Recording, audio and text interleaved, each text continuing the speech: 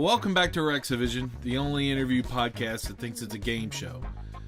I gotta say, I'm blown away by the response from the first episode. Thanks so much for your patience with the silliness and for checking it out. I know it's a busy world out there, and I appreciate very much that you took the time to give it a listen.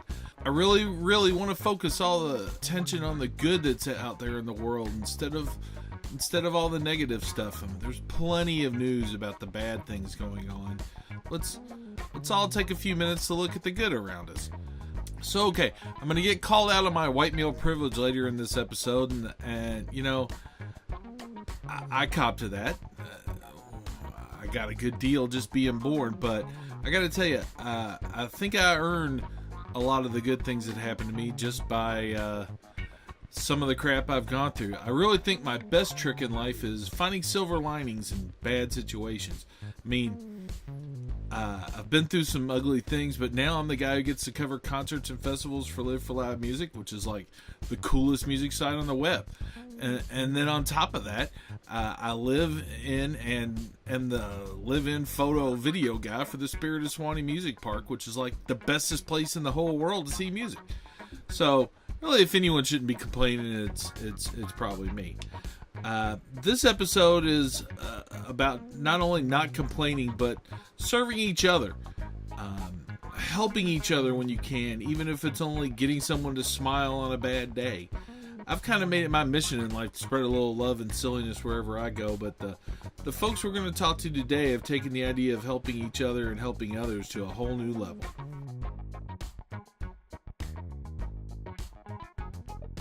So let's start by calling my Feng Shui guru, Cristin Zegers.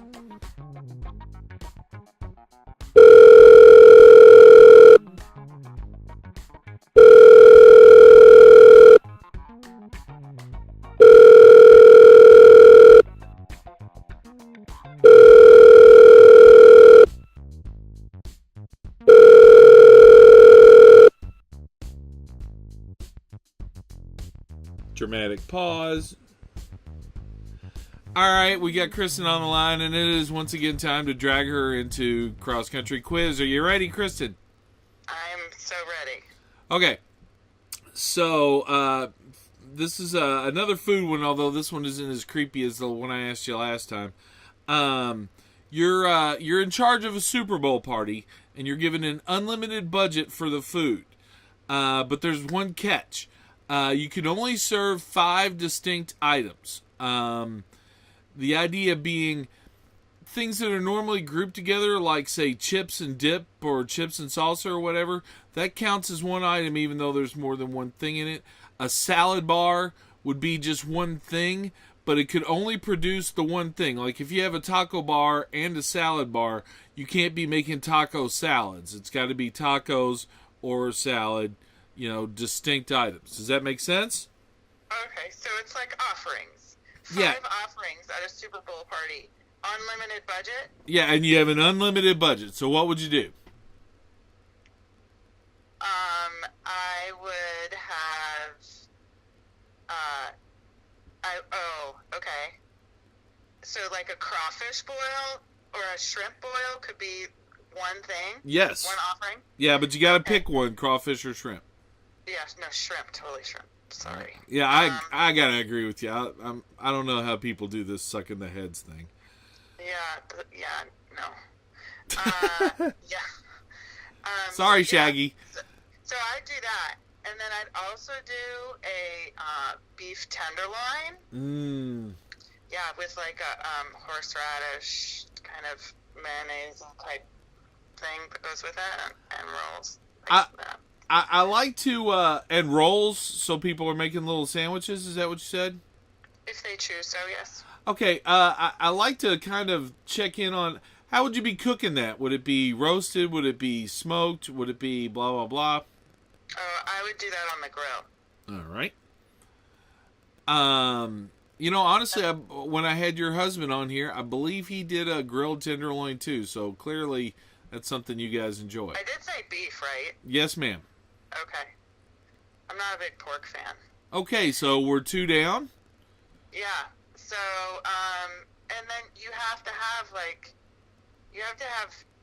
the chip with the trio. You have to have the salsa, the guac, and the cheese dip.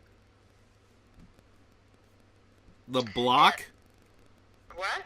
Guacamole. Guac. Okay. Yes. Okay, that's fine. Yeah. I thought you were saying cheese block, and I was going to have to pull the rules out and say no to that. But okay.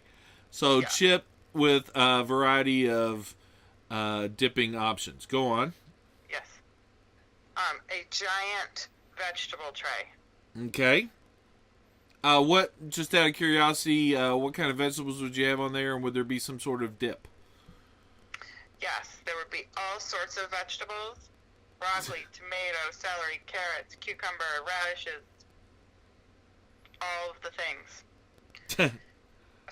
All fresh. And there would be a dip, but it would be a homemade dip with fresh herbs. None of that store-bought, crappy garbage stuff. I like it when it's still in the plastic container and the lid is just taken off of it and stuck in the middle there. Peel the plastic film off. No, none of that. I also like it when there's still like a little bit of the plastic film like on the bottom part of it. They didn't even get it all off. Classy. Yeah, no. So how many is that? Hold on, let's see. The chips and dip, the vegetable plate, the tenderloin, and what was the first thing? The shrimp boil. I believe that's 4. Okay, well then, we're gonna have chocolate-covered strawberries too. Ha! Hot damn! I was holding out for dessert. Well, all right. For the record, yours is a party I would attend if based solely on food. I would attend it too. Well, I hope so. I'd hate to think you went to all that trouble for food you didn't enjoy. Absolutely. All right, well, you know how it is. I'm going to call somebody else and bug them. Thank you so much for taking a few minutes here, and we'll wrap it soon. Okay, peace out.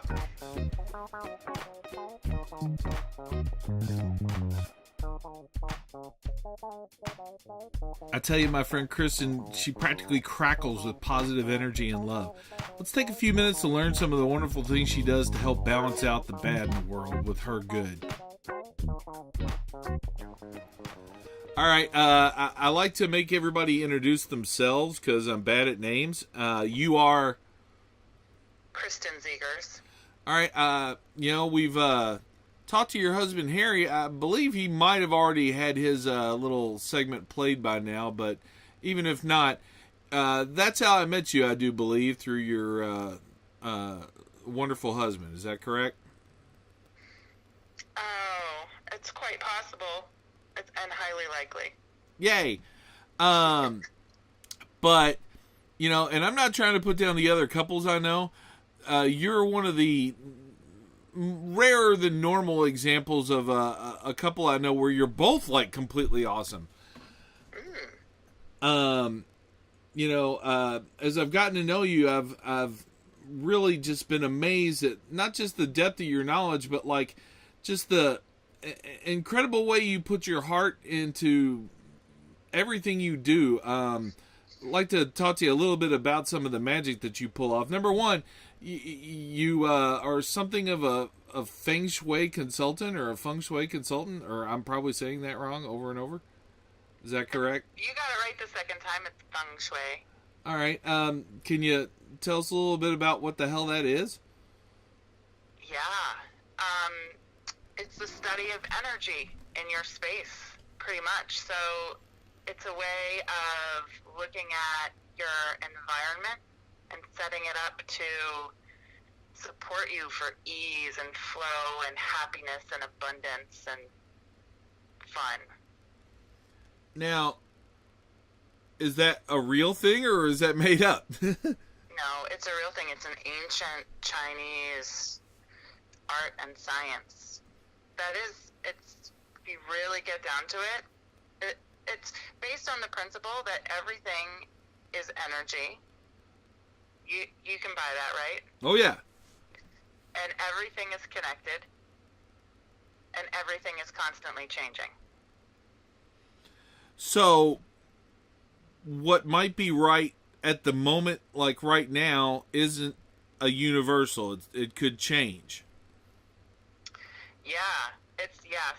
it's like Feng Shui is a practice. Like, really, I like to say that everything is a practice, because what's right for right now is the only thing that's really real. The future isn't real. The past isn't real. The only thing that's real is right now. So what's good for right now, we're creating the moment right now. So whatever we create, 2 weeks from now, we might be sitting in the present moment saying, okay, that doesn't serve me anymore, so I'm going to move some things around. I'm going to shift things up a little bit. So it's all dynamic. It's all changing and creating and destroying and regenerating and moving.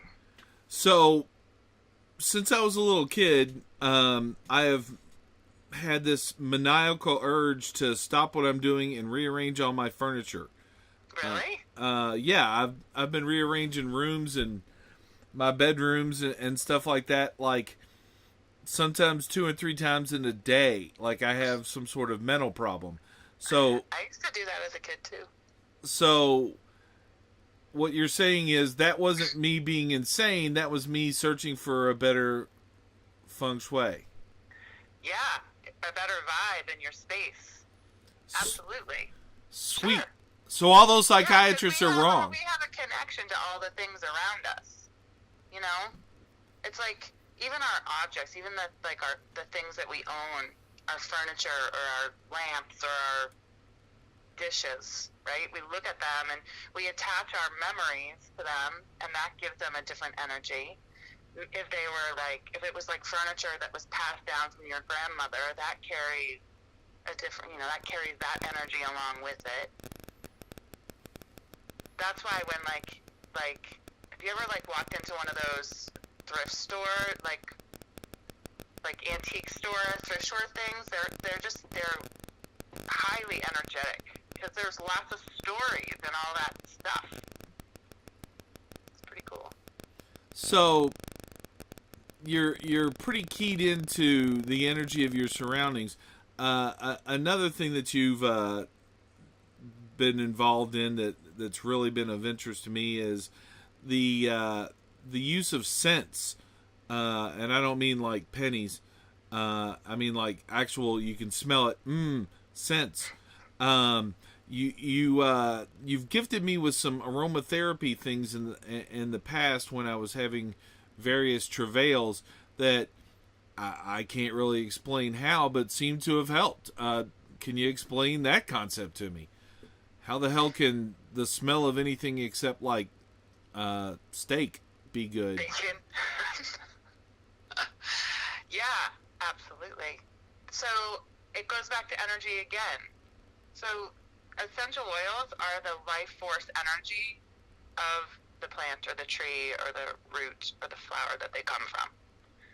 So just like in Feng Shui, we're looking at how life force energy moves through your home, and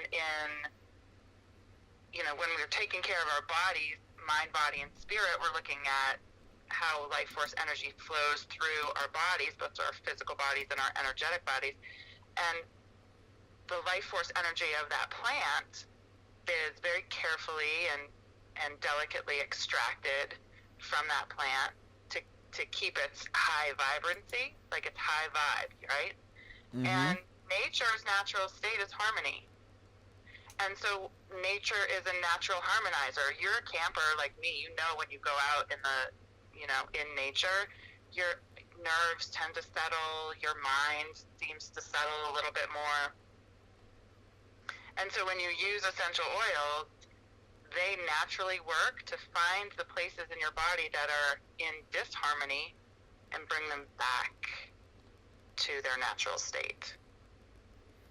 And then there's also a lot of science behind it, which honestly I haven't studied as much. I just know there's certain oils that work really well for the respiratory system or for the digestive system.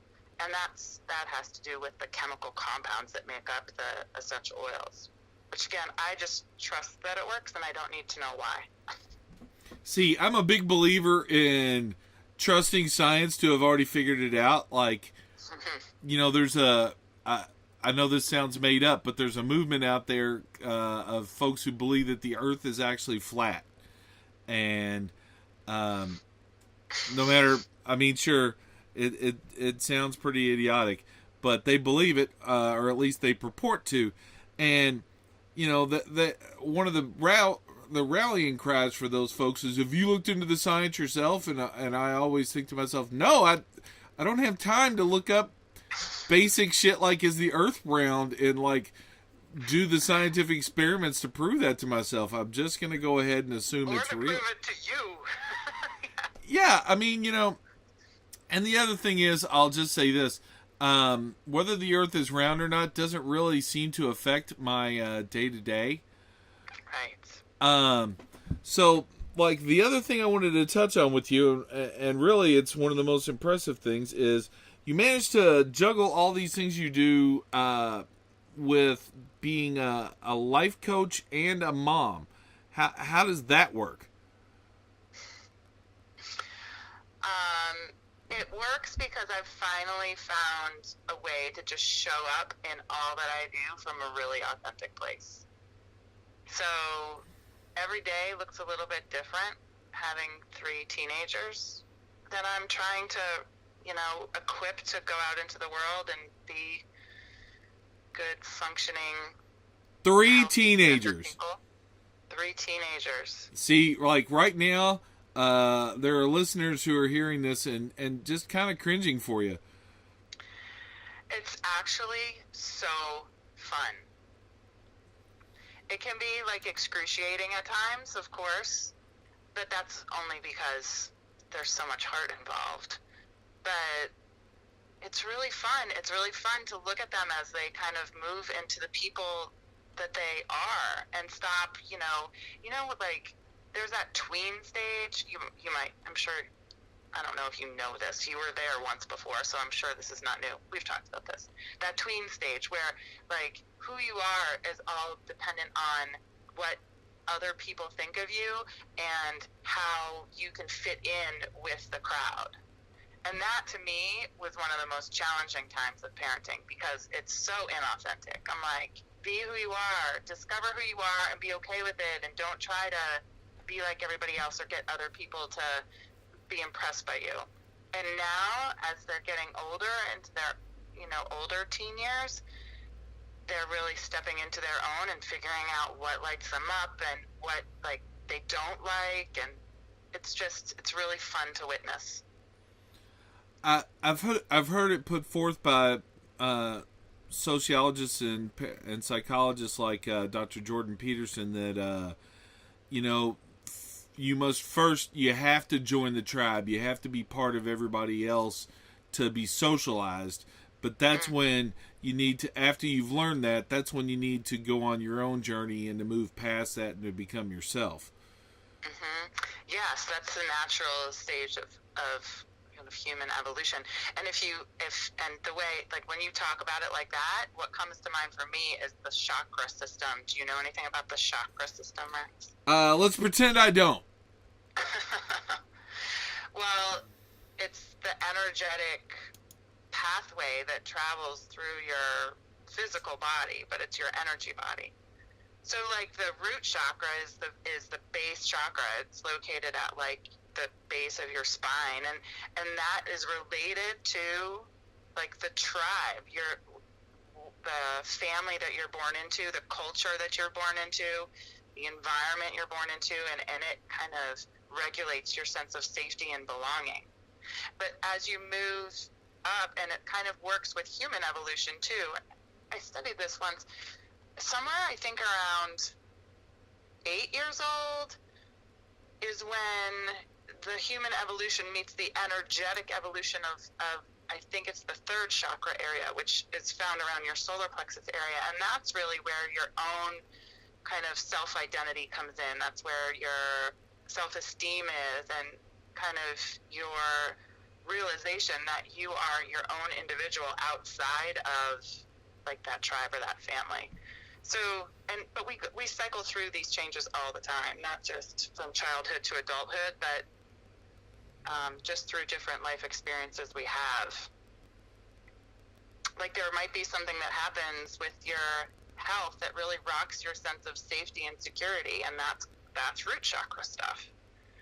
Or there might be something that happens that really breaks your heart, and, you know, you have to go on a little soul searching, and that's heart chakra stuff. That's just came to mind when did I lose you? No, I was just, you know, you spoke of the health thing, and I flashed to all the different health crises that I've had, and then you mentioned the breaking of the heart thing, and I've certainly had that happen a couple times, as I'm guessing we all are, and I started to wonder if every chakra was just linked to something horrible that's happened to me. Well, you know, this is the thing. This is what it means to be human, right? We're like put here on this planet. We're given these bodies to live in for this temporary amount of time, and it's like, here you go. We're gonna like give you all these relationships and experiences and challenges, and you get to learn and grow from them. And so, yeah, that's the thing. Like, heartbreak happens, but if heartbreak didn't happen, then it's the yin and the yang, right? Then that means you probably never really experienced some deep love or connection with somebody else. Yeah, I mean, just to wrap it back again, like, that's a place where that's how I like to use my aromatherapy is, like, there's disharmony. In a heartbreak, there's disharmony in the heart space. And so there's essential oils that work very beautifully to help to soothe that and bring it back and feel a greater sense of peace. Well, now you've got me thinking that I'm going to need about 95 of your oils. Well, what I'm trying to do with the earliest episodes of the podcast is sort of introduce the people who've meant a lot to me.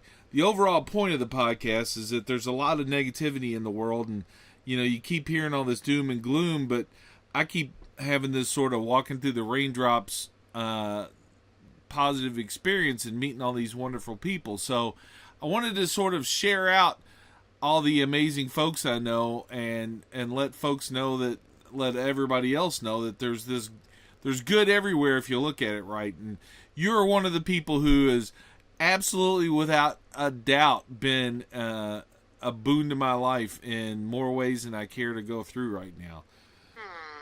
So we have you on here now, but I'm very, very, very sure that you're going to be back on, if only to be asked some kind of idiot question by me.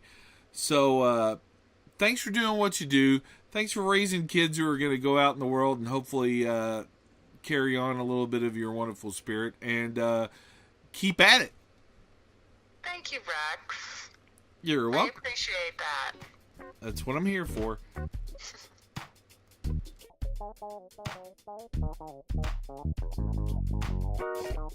Seriously, watching Cristin manage all the different things going on in the world, like her life coaching and aromatherapy and sprays and oils that she makes, and keeping 3 kids in school and not jail, is pretty damn impressive.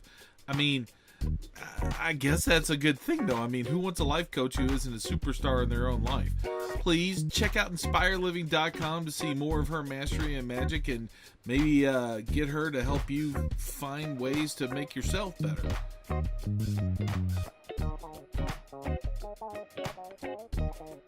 All right, now let's see if we can catch Mr. Dupuis.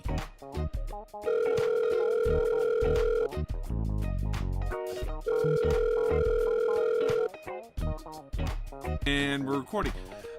So we got Jeffrey here. Jeffrey, it's time once again to play cross country quiz. Are you ready, my brother? I'm as ready as I'm ever going to be, Rex. Well, that's all I can hope for here. It's a classic, but would you resort to cannibalism if it was the only way to survive? I mean, I'm from South Louisiana, man. We already eat shit, so sure. Yeah. You folks are the ones who eat crawfish. Agreed. In fact, I think it's what I'm doing for dinner, but can I choose the recipe we use? I mean, sure. Okay, great. My friend Shelly is a home ec chef, and she had all kinds of suggestions. What do you got? Well, I'm thinking long pig. Long pig it is. So, I think you just have to put it in the, what do you call that thing? Not the pressure cooker, but the long-term, slowly heat. Crock pot? I have a word for this. Crock pot, thank you. I think you could just have crackpot cannibalism. Okay. So I guess my next question's probably pretty much a yes, but I'll ask it anyway.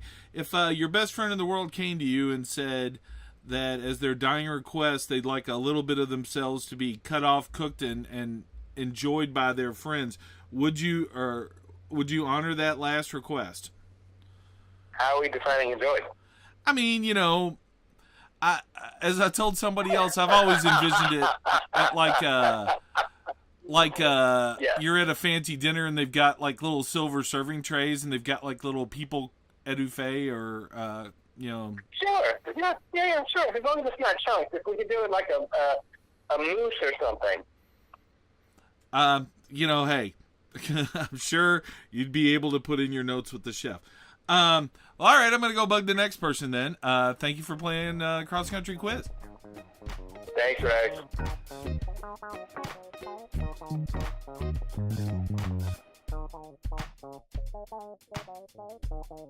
Now, you might know Jeffrey Dupuis from his wonderful concert photography or from his all-around loopiness, but he is above all else a true boon to our society.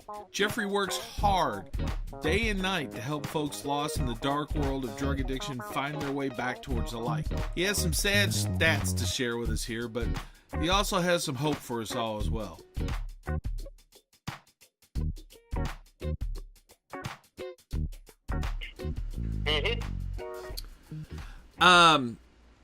I usually like to have people introduce themselves, and in this next gentleman's case, it's important because he likes his name pronounced a certain way. Could you introduce yourself? Hey, Rex, it's Jeffrey Dupuis. All right. And again, this is very important. Not Jeff, not Jay, not even Hey Good Looking. Not JD, Jeffrey. Gotcha. You know, actually, the JD thing, does that ever come up?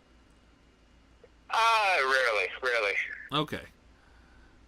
I don't know why that's such a popular letter combo nickname for folks, but it does seem to. I've had people try to use it, and I'm like, no.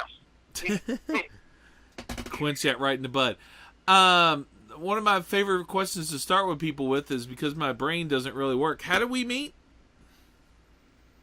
You know, Rex, my brain doesn't work that well either. If I remember correctly, I'm sure it was in a photo pit, but I have no idea where or when. You know, the best thing about people who do some of the stuff that we do is we can kind of remember where we might have met, but it could have been anywhere in the country. Yes, absolutely. I don't know. Do you remember what festival it was? You know, I kind of want to say it was Bear Creek here in the park, and that Ananda, our mutual friend Ananda, sort of introduced us to each other, although we'd been rubbing shoulders for a while. Very cool. That makes sense. I was being a little facetious. I actually think I do remember how we met, but... I mean, I don't. It was probably, hey, new guy, turn your flash off. No, actually, I've never owned one of those. No. I'm just picking on you. But that's how I have met some people. Yeah, no. Agreed and appreciated. Actually, you know, we're going to be having sort of a... Go on. Well, I was going to say, for all of your listeners out there, if you ever make it into the photo pit, turn your flash off, please. Sound advice. We're going to be having like a sort of a concert photographer themed episode here in a while, and that's definitely going to be one of our little lessons. But you know, I had you on here for a different reason. I had you on here because one of the things that I'm trying to do with this podcast is share all the wonderful things that my incredible wide amount of friends are up to, and you do something that's particularly useful to society. Could you tell folks what it is your job description would say? Sure. I'm a licensed clinical social worker and a licensed addictions counselor. I own a addiction treatment program. It's a medication-assisted recovery program. It's called MARC, Marc.Healthcare, M-A-R-C, if anybody's interested. This is my I can't treat you if you're dead clinic. What I mean by that is about 6 months ago, I decided with a partner of mine that we just had way too many patients dying between first contact and willing to do some sort of rehab or treatment. And then also a lot of patients dying after they went to treatment and came back, their tolerance had dropped, and they used and they overdosed. So I've been in addiction treatment for about 15 years, and I've worked in multiple settings, and this is one of the areas that, with the advent of the epidemic crisis, really is underserved. So what medication-assisted treatment is primarily for opiate addiction. And so when people get hooked on opiates, their brain essentially encodes opiates as necessary to live, which is why people keep using. It quits being fun after a while, and people are using generally just to not be dope sick and to be able to function. Okay, and hang so, tight for a second. Hang tight. Could you clarify what dope sick is?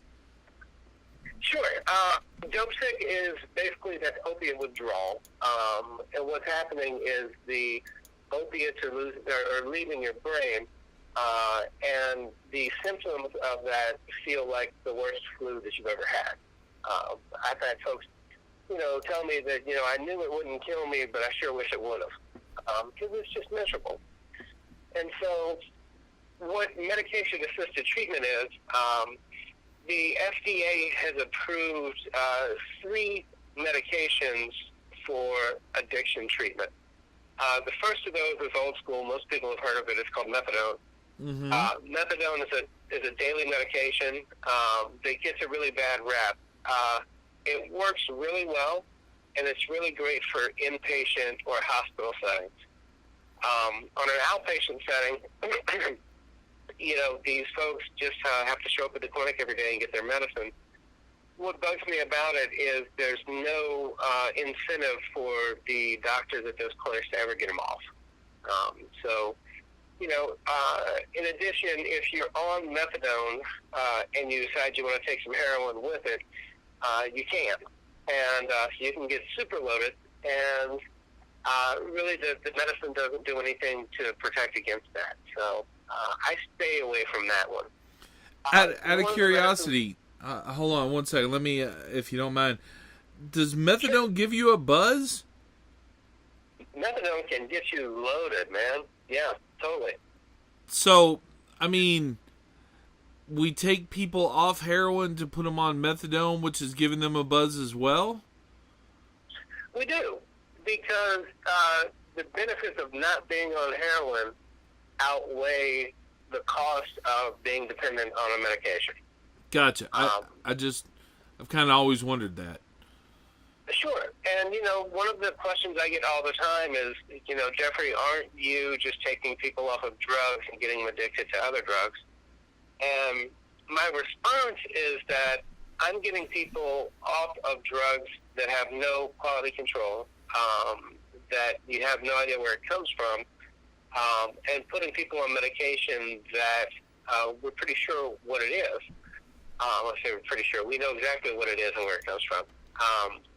And what we're doing is essentially the same as putting somebody with diabetes on insulin.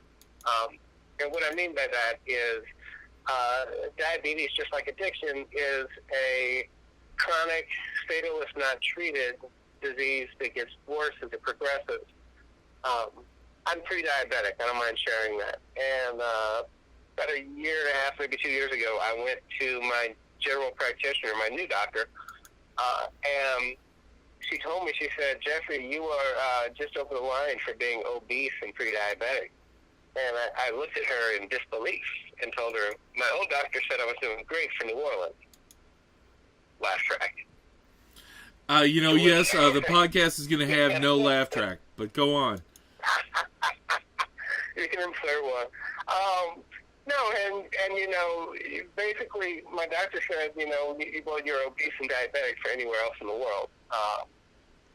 And she gave me an option.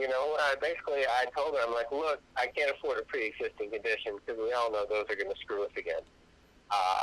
So how about we not diagnose it today? Give me 6 months, and I will diet and exercise, and I'll see if we can get this under control. And I did. And so for the first 3 months, I didn't do anything. And then the second 3 months, I realized this is going to cost me a shit ton of money if I don't get it under control. So I started dieting and exercising and got it back under control.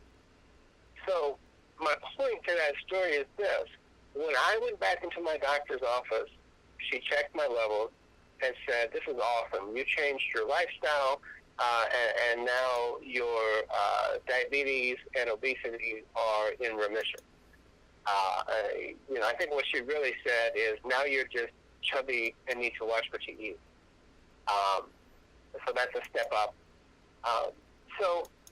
Okay, the reason I say all of that, when someone who's struggling with a brain disease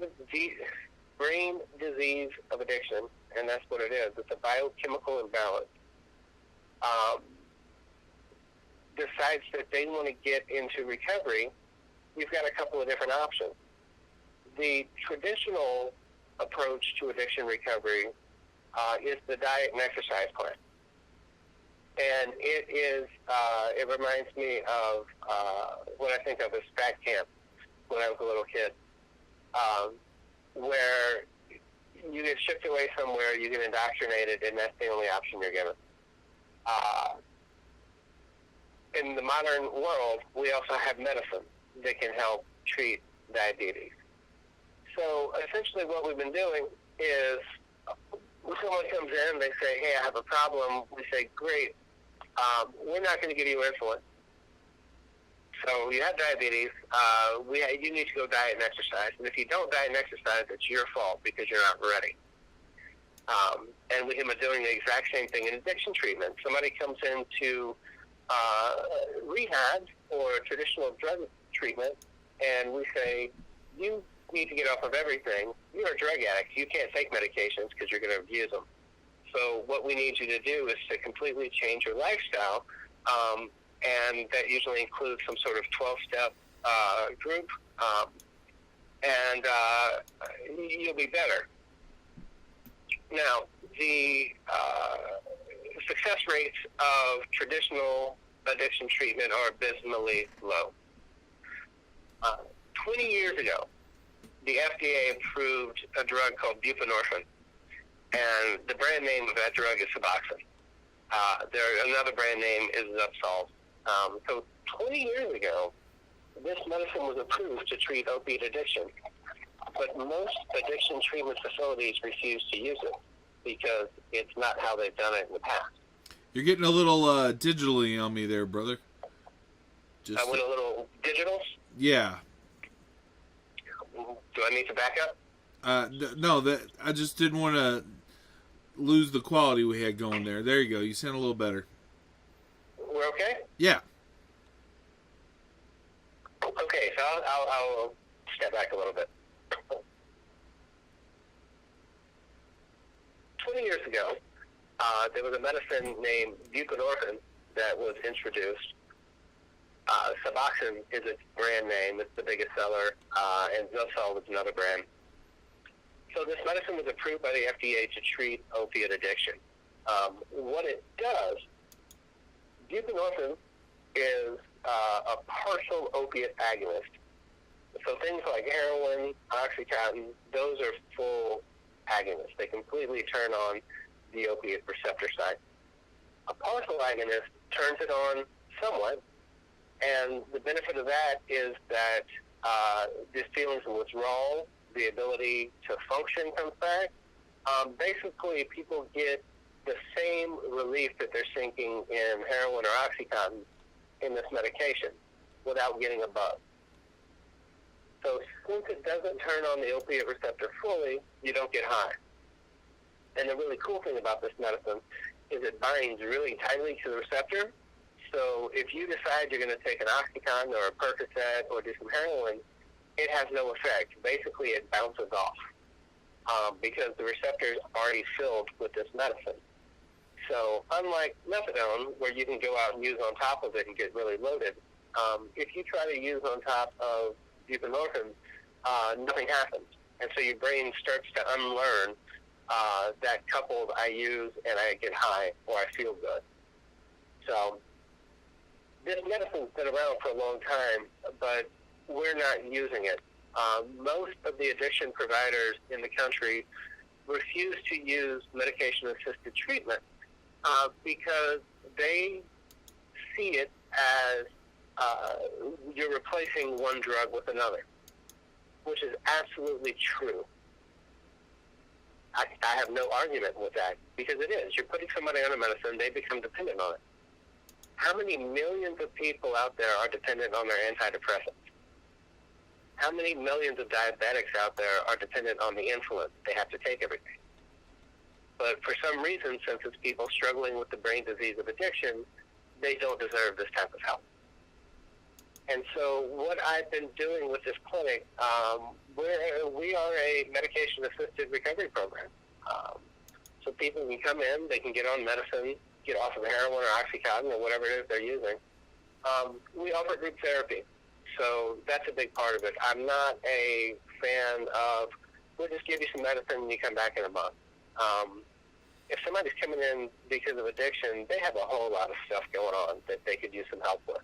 So one of the things that is important in our program is that people have therapy. So essentially that's what I've been doing, man, is trying to help people who are struggling with this disease, who are dying. I read at some point a great phrase. I wish I'd come up with it, but I didn't. Someone referred to the gentrification of addiction. And I love that phrase. The current opioid crisis has come under a lot of attention because white kids from the suburbs are dying. So this problem has finally started to get the attention that it deserves. I'll give you a couple of statistics. 52,000 or 55,000, 52. I think it's 52. Damn, I hate giving statistics when I don't remember it correctly. Let me put it this way. More people died last year of opiate overdoses than were killed in the entire Vietnam War. Good Lord. I want to say this. Yeah, I want to say the statistics. It's either 48 or 52,000 U.S. soldiers died in Vietnam. Last year, somewhere around 65,000 Americans died from opiate overdoses. 1 year compared to 8 years of engagement. Man. Yeah. I'm from Kentucky, as you know, and the Appalachian region of Kentucky has just been decimated by addiction and death from these opioids. Yeah, it's all over, man. I blame the pharmaceutical companies for they marketed Oxycontin in particular as the new safe non-habit-forming pain medication. Based on a study that was the end. So the population, the number of people in the study was 8. And it was in a residential VA hospital. And the pharmaceutical companies used that to say, look, this drug's great. Nobody in the study got addicted. Basically they marketed the fuck out of it. And that combined with managed care, where your doctor has about 6 minutes to be with you, and his performance is tied to your patient satisfaction, they started giving them out like candy. Nobody wants to be in pain. Doctors started being taught that pain is a vital sign and needs to be treated as such. Americans, being who we are, want something that's fast and easy. We don't want to work for it. So if you tell me, I can give you this medicine, or you can go to physical therapy every day and go through a lot of pain, and we can manage the pain, but it probably won't go away. Most Americans go, just give me the pills. Yep.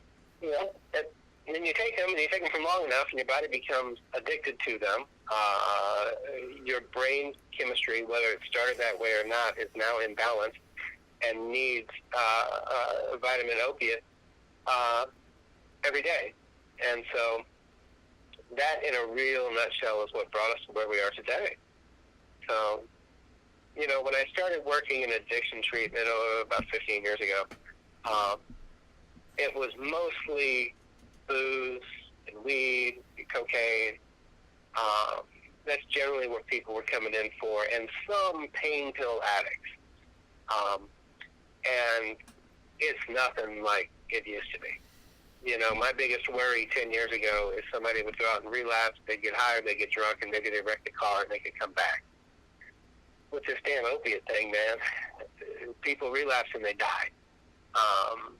Jeez. And, that's one of the reasons that we started this. And another part of it, what we do on the tail end, there's a medication called naloxone, which is a blocker. So essentially, if you take the medicine, it prevents other opiates. So it prevents opiates. It's not an opiate. It prevents opiates from going into the receptor site so that you don't get a buzz and you can't overdose. So naloxone is a great medication for people who have been sober for a little while and are at the point where they want some sort of prophylactic.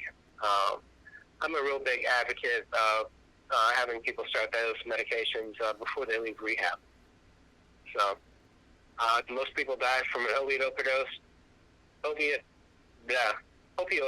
overdose after a period of abstinence. You think your tolerance is still the same, and you go to use that, and it kills you. So, yeah, man, on the bright spot, people get better every day.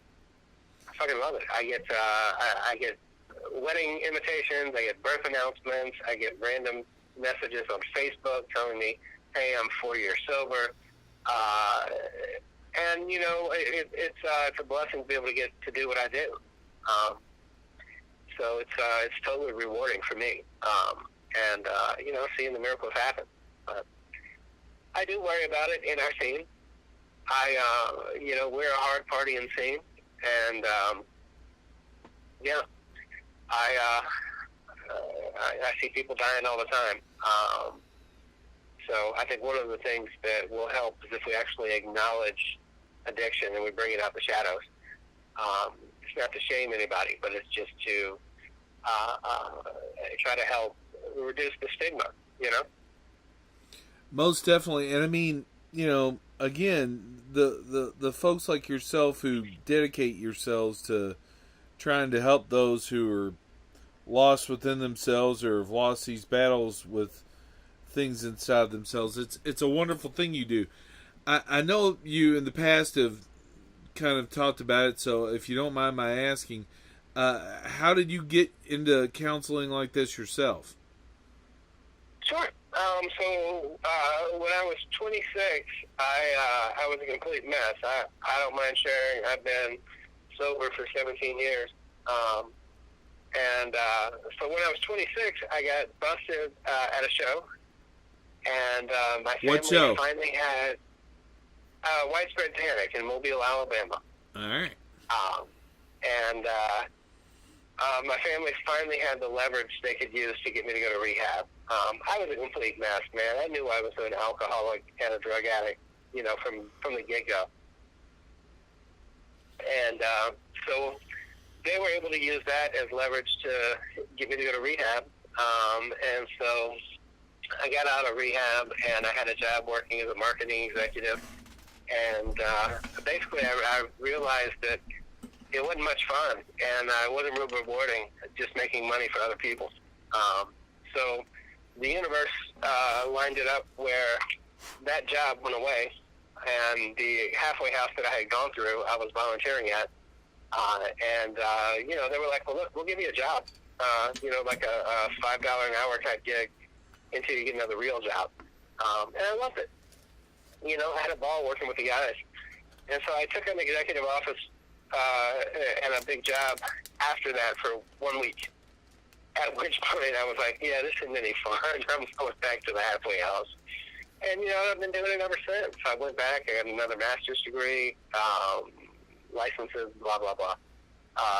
So it's super rewarding, and, addicts and alcoholics are my people. So I have a strong affinity for them, because they're me. Now, see, you kind of hand-waved it here, but, or you kind of hand-waved it just now, but, I mean, you went back and got an entire other master's degree. I mean, there's a lot of effort you've put into being skilled enough to help folks in need. Oh yeah, no, totally, man. I'm an expert, and that comes with all the, the only way that comes is with a shit ton of hard work and education, and being in the trenches. I mean, I'm constantly trying to learn how to better help people, and how to try to keep up with treatments that are clinically driven, so treatments that we do research on, and the science. I love science. Science proves that it works. Hey, I'm a huge science guy too. I love me some science. Yeah, because there are a lot of traditional treatments out there that science says doesn't work really well, And if my oncologist told me that this particular treatment he'd been doing for 30 years and he was really comfortable with had an 8 to 15% chance of working, and it's the one he really liked, I would want a second opinion.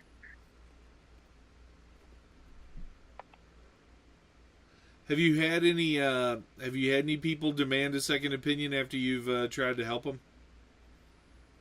Oh God, yeah, I'm the first stop on a lot of people's journey.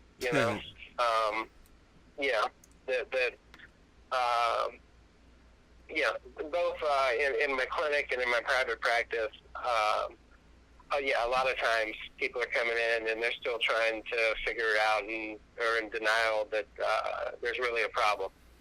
So, I do a lot of hand-holding to move from it's my wife's fault or it's my boss's fault or, if you had my kid, you drink too, to like, no, this is just my problem. So, by no means do we have a magic wand that fixes people. Well, we might not have a magic wand, but we have something that, all right, maybe it's not just as good, but we have something pretty good, and that's folks like you out there fighting. And I did have somebody call me Obi-Wan Kenobi the other day, so that I might have something to do with the way you're always wearing the robes and stuff, dude. It might. It was the student of one of my students, and it was pretty cool. Sweet. Yeah. Well, I do a lot of these interviews, and I talk to a lot of people, and quite frankly, some of the stuff we talk about is silly. But I really wanted to touch on a couple of the more serious things, and I also wanted to take this opportunity to say thank you for dedicating yourself to this problem, and for bringing your experience over there to help people. Not a lot of people do this the way you do it, and it's inspiring to watch you do what you do. Oh, thank you, man. I appreciate that. And to anybody listening, if you think you got a problem and you want somebody to talk to, feel free to reach out. My website is marc.healthcare. Or you can email me at jeffrey@jeffreydupuis.com. I'm sure there'll be a link somewhere on the podcast. And we touched on it briefly, but let's remind everybody that Jeffrey is out of New Orleans, Louisiana. That is true. So that is true. I call New Orleans home. Not that he won't talk to you if you're in like Boise, Idaho, but regular visits to his office might be a pain. That's true, but I have done some therapy work backstage many times. That's something that particular topic, sobriety on the road and something and such.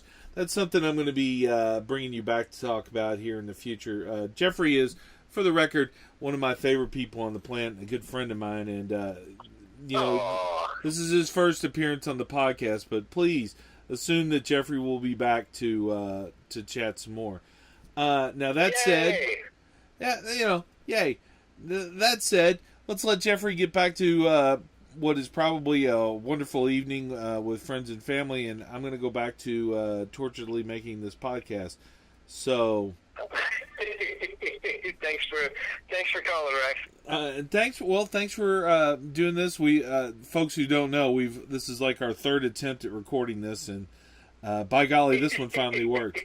So, thank you, my brother. Love you, buddy.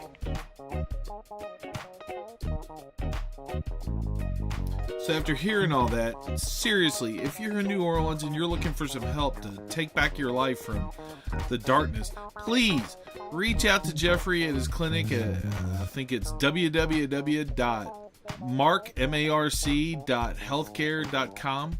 Hell, seek help from wherever you can, but please, don't give up.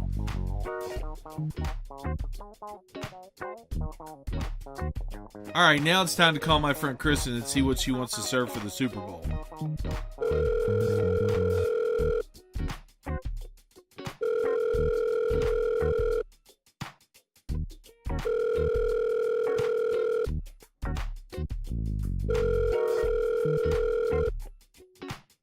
I always tell everybody the same thing. Please do not admit to any crimes that you're not ready to face. I'm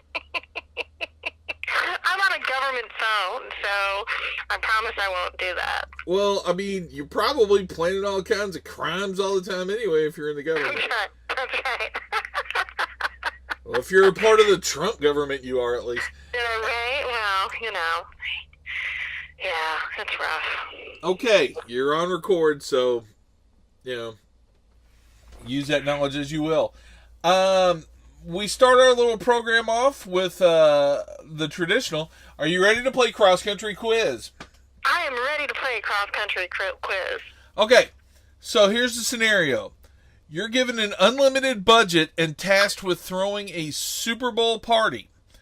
You can, your job is to provide food for everybody. You have an unlimited budget, but the only caveat is you can only serve 5 items.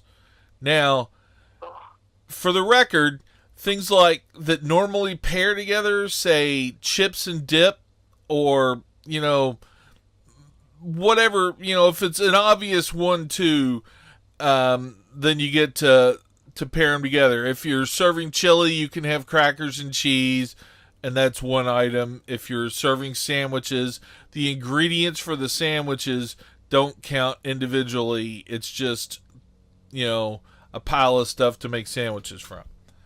Wow, this is stressful. This is like speed round menu creation.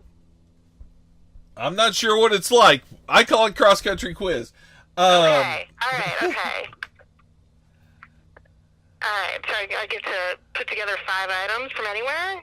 Yeah, and remember, unlimited budget. You can serve people. Oh, wow. You can serve people gold, but I don't think they can chew through it. No. Do drinks count? No, this is just the food. Just the food items for a large party. Wow. See, okay, all right. Okay, so my first item is going to be, wow, this is a really hard question, man. Cross-country quiz isn't for easies. Yeah, well, it's true, it's not a quiz because there's no wrong answer, right? So I think the first thing that I would serve, because I grew up in Chicago, is I would serve all beef Vienna hot dogs with all of the Chicago toppings. That's the first thing. It's not, you don't need an unlimited budget to do this because, you don't have to spend a lot to have good results with food. I would serve Maguro nigiri tuna. You would serve what? I would serve sushi. Oh, okay.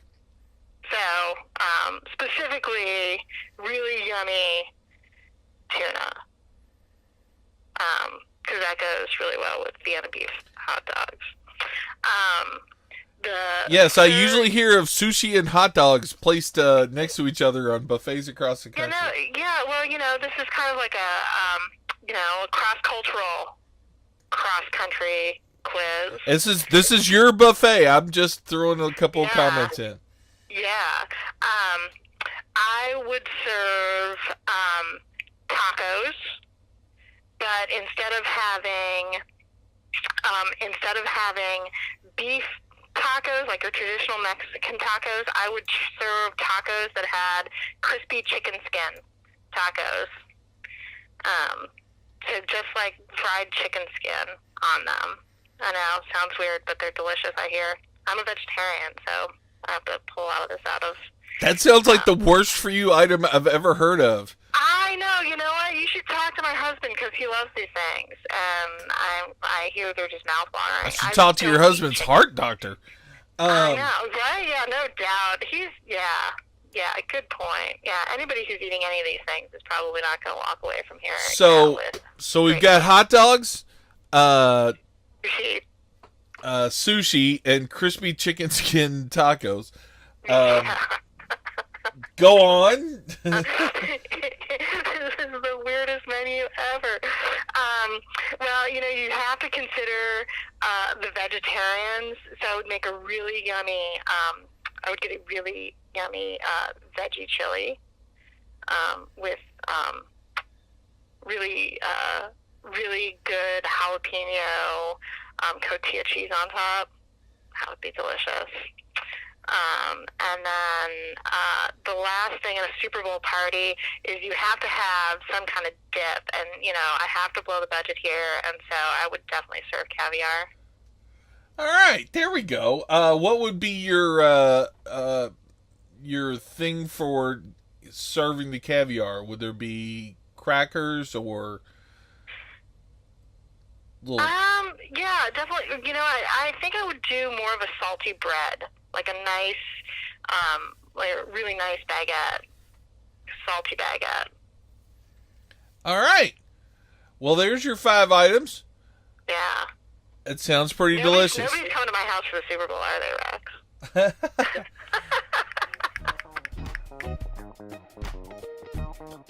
I think I'm going to let Cristin herself explain what she's up to, because honestly, sometimes it's better to hear about acts of love from the source. First of all, welcome to the show, Cristin. Can you tell us how to pronounce your last name? It's Trippe. Okay. Well, Miss Trippe, a lot of people have asked me about this, and I've tried to explain it to them a little bit, but why am I so hairy right now? Well, we have this beautiful tradition that we started at String Summit in 2011 where someone shaves their head. It started out... One second. Do they have to shave like their eyebrows and stuff too? Yeah, it's optional. It's we've always given people the choice of some people grow out their beard, some people want to keep the beard, some people just want the mustache, and we don't want to torture people. We want people to have fun, but go bald in the process. So the minimum requirement is the scalp, but you can add on. We can improvise. A lot of people put limits on like everything but the eyebrows. We've never done an eyebrow. You could be our first eyebrow. No, I think I'm sticking with my eyebrows. I like being expressive. I'm sorry for interrupting you. Please go back to telling us the sad origin of this tradition. Yeah, so back in, it's not a sad origin, it's a beautiful origin. So back in 2009, Pastor Tim, who's the MC at String Summit, and a great member of our kinfolk family, he offered to shave his head to help raise money for childhood cancer. And at the time, my daughter, who was 3 at the time, was in a battle for her life from leukemia. And so Pastor Tim shaved his head, and the band members in Yonder Mountain String Band really got behind his effort. And Pastor Tim started raising money. And then we decided to continue the tradition. Yonder Mountain Strings Band, not old March guy, but previous March guy, Scotty Lober, was going to shave his head at String Summit, and so Scotty started this campaign, and between the time he started the campaign and String Summit came around, our daughter passed away just a few days before she turned 4, and just a couple weeks before String Summit. And so we were all pretty shocked going into String Summit from this pretty rough death. Yonder had been a huge supporter of Lily. They, in 2009, 2010, when she was in the midst of this really rough battle with leukemia, they would stand up on stage at their shows and they would tell their audience about Lily and tell them that she was, having a hard time, and to take some of that energy that they were producing at that show, so that love and that just amazing togetherness, and to kind of throw it up into this big bubble of energy at the top of the ceiling. And then at the end of the show, Yonder would say that they were sending it to her. But Rex, I gotta say that I don't really care what your listeners' religious background is or what their spiritual beliefs are, but as somebody sitting in a hospital room 2,000 miles away, when a group of folks sends you all their love and energy and good hope, you can feel it. It's palpable. And Lily felt it. We would play her songs and we would play her these recordings, and you could see her heartbeat calm. You could see her temperature drop. It was really cool. That's beautiful, really, actually. Yeah, it was. It gives me chills just thinking about what amazing energy these fans threw out to our daughter. And so when she died, we wanted to harness some of that energy and do some good with it. And so the folks at String Summit, Sky McDonald and Greg Friedman, they've been really supportive of us continuing this tradition. And so ever since 2011, some brave soul has decided to shave their head. And every year we raise thousands of dollars.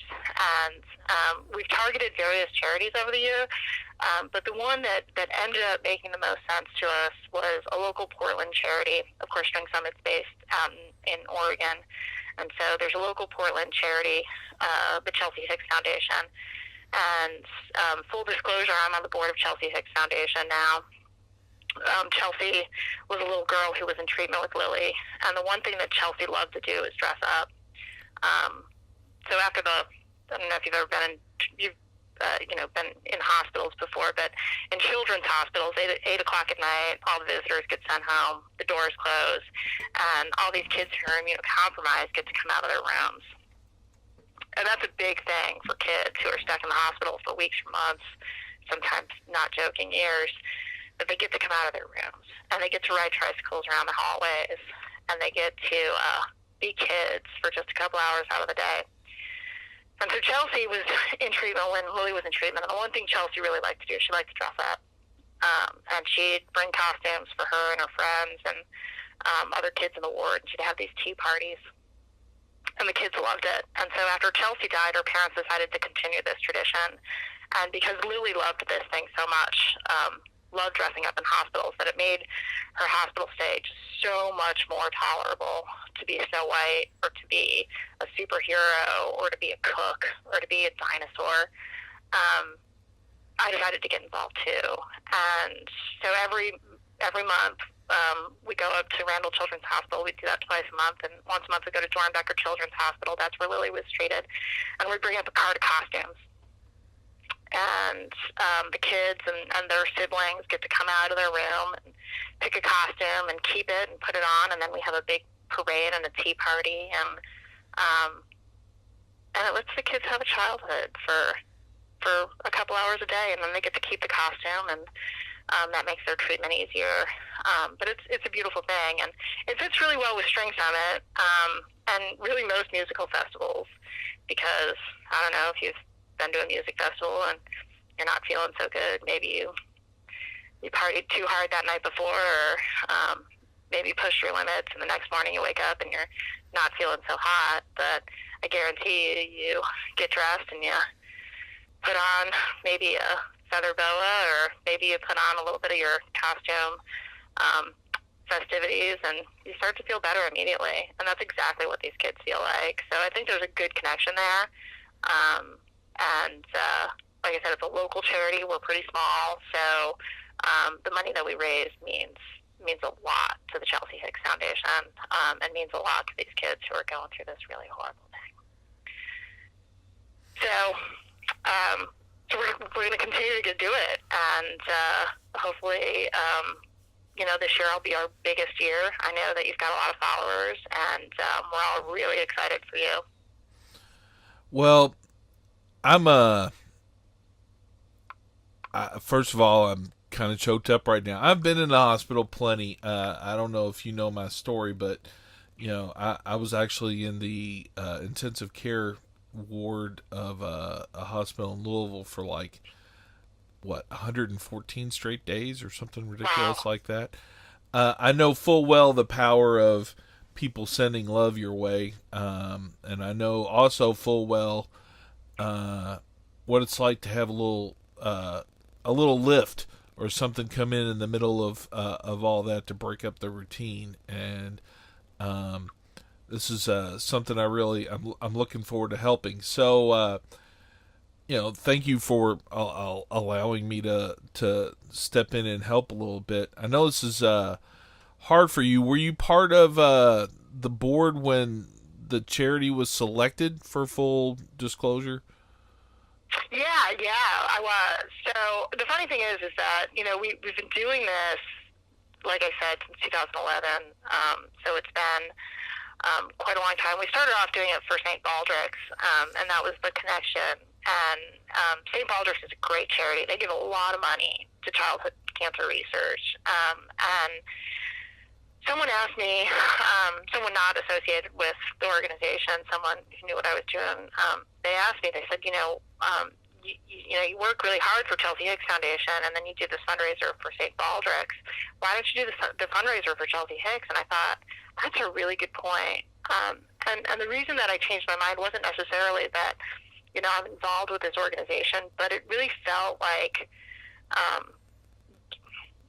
so we raise, usually anywhere from $10,000 to $20,000 at String Summit and before String Summit in this campaign. And I'm a researcher. I'm a scientist. That's what I do for a living. And I got to tell you that $10,000 and $20,000 doesn't go a long way in a research lab. It adds to a bucket of growing money. St. Baldrick's Foundation raises somewhere between $40 million every year. And so it didn't feel like we were having that big of an impact, like we were kind of a small drop in a bucket. And even though a lot of drops make up a really big bucket, I get that argument. But, $20,000 means a lot to the Chelsea Hicks Foundation. We're small, we're family run. It's not my family, but, it's a family who is part of it. And so it made me feel like it was much more impactful, and like Lily's memory was really was really driving something, was really just having, it wasn't a small drop in a big bucket, but was a big drop in a small bucket. And somehow for Aaron and I, Lily's dad, that was just more meaningful. And so that was a big reason behind it, not so much our involvement. Well, it sounds like as good a cause as any I've heard of. And, I understand what you're saying. It can feel daunting, with the huge causes and everything like that. And, sometimes it takes a whole lot of little things to add up to a massive change in the world instead of one big gesture. You were saying that it felt like a little drop in the hat for the one thing, but you also got to figure that little thing that go into those younger people's lives and the dressing up and the costumes and stuff, that's got to be immeasurable to them. Yeah, and full disclosure too is it's somewhat selfish. I saw Lily so Chelsea died before Lily did, and so Chelsea's parents started this foundation before Lily passed away, and so she was a recipient of the closet. And she would want to schedule her chemotherapy on the days that the closet was there. And, or she'd be having a bad day and the closet would come in and it would just turn it around. And so, part of it is that I've witnessed it. I've witnessed what one costume can do. And, even though I'm a researcher and I know how powerful science is, believe me, I'm not trying to diminish that at all, is it doesn't have, that immediate, it doesn't bring that immediate smile. And so, and for me, giving that to those kids, being able to be a part of giving that to those kids, being able to volunteer at the hospital once a month, that's definitely a driver. So, part of it's my own selfishness, but it's a beautiful thing. And, yeah, I just want to keep it going. Oh, hold on one second. You're missing this thing. There's like 4 computers set up in this little office of mine at the same time. And I tried to, for the record out there, anybody who runs websites, if you have music that launches as soon as your website boots up, you're going to hell.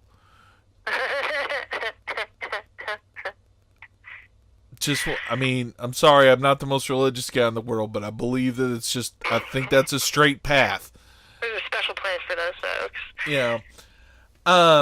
Silliness aside, this is a wonderful thing you've done, and I like whenever anyone tries to find the positive out of a negative, and it certainly seems like you're trying to take the tragic loss of your daughter, and I'm sure I know I am, and I know everybody else feels for you, and no parent should, outlive their child, but the chance to take that lesson and to do something to help other people with it, that's the noblest and best thing you can do to honor that loss. And and it's, we always say that we're lucky, we're certainly not lucky that our daughter got leukemia, and she certainly went through hell and high. I mean, she had a rough life, let's be clear. But we're super lucky because every year at String Summit on Sunday, hundreds, thousands of people dress up in pink, and they remember her, and they raise money in her honor, and they speak her name, and they talk about the impact that she had on them. And for us, that's why we're lucky, is because people lose their kids every day. People lose their kids to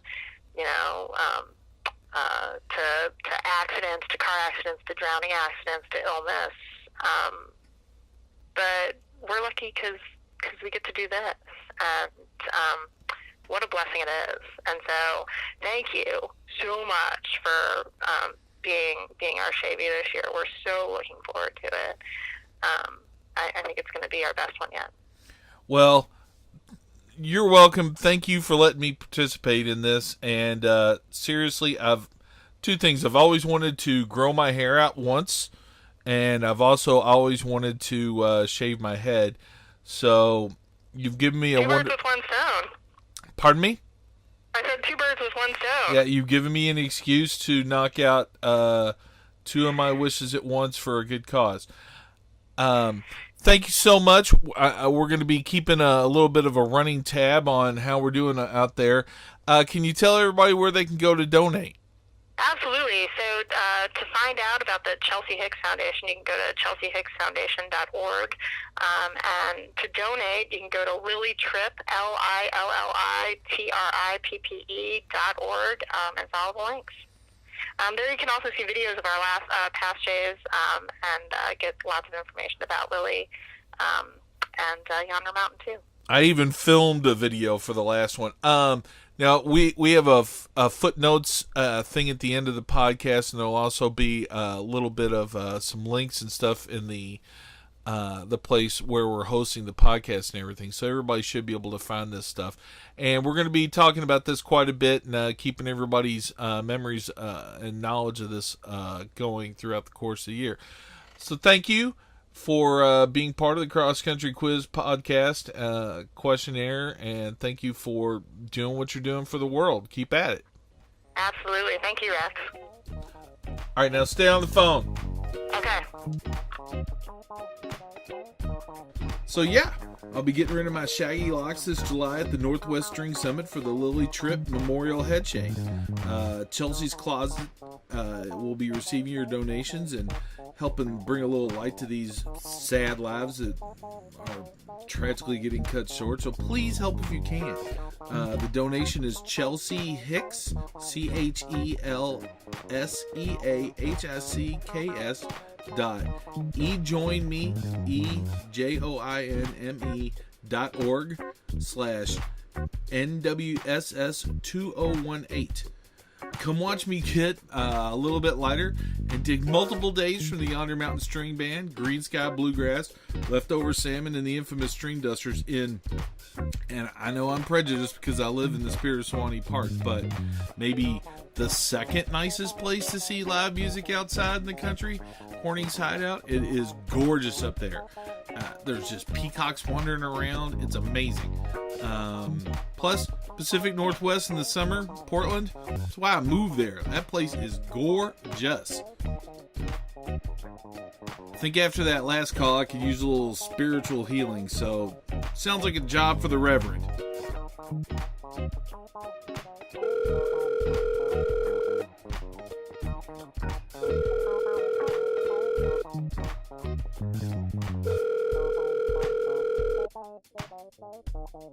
Dramatic pause. Blah blah blah. All right, we're back with Jeff. Jeff, are you ready to play cross country quiz? Yes, thanks. All right. Today's is sort of a Super Bowl question. So you're throwing a Super Bowl party and you're given an unlimited budget for the food, but you're given one restriction. You can only serve 5 items. So items that are normally clubbed together, like chips and dip or like a taco bar or a salad bar, those count as one thing, but they can only produce the thing they're supposed to. You can't mix and match stuff. So, given that concept of an unlimited budget, what would you serve at your Super Bowl party? Oh, wow. Avocado slices. Kale chips. Kale chips. Some sort of dip with those, perhaps? No. All right. That beef you slice real thin and you just barely braise it. Ooh. It's that would just be salt. It would be black before you dip it in. There's a name for it. I forgot the name of it. But it's just pure steak. But like a prime rib? It's like a prime rib, but they're little teeny slices and they're thin. There's a name for it. I can't remember it right now. I'm sure somebody out there knows what it is and will let me know. Yeah. Celery. Celery? Mm-hmm. By itself?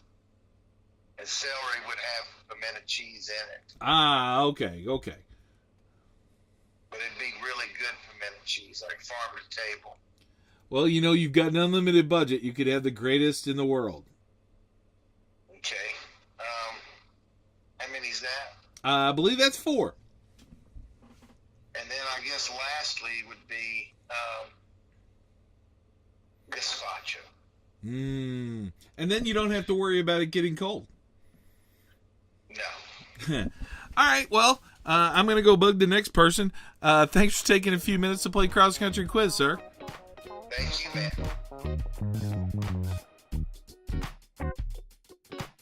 If you haven't heard the music and the wisdom of my next guest before, it is my distinct pleasure to introduce you to the Reverend Jeff Mosier. If you are familiar with him, then I am sure right now you're feeling a smile spread across your face. Okay, it's time for a much anticipated guest for the podcast, one of the leading lights in at least my spiritual life. Can I get you to introduce yourself, sir? I'm Jeff Mosier. In Atlanta, Georgia.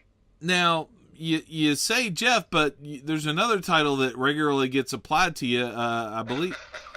I think you're short selling yourself, sir. And it could be humility, but are you not generally referred to as the Reverend Jeff Mosier? I am. Can you tell us a little bit about how you came by that moniker?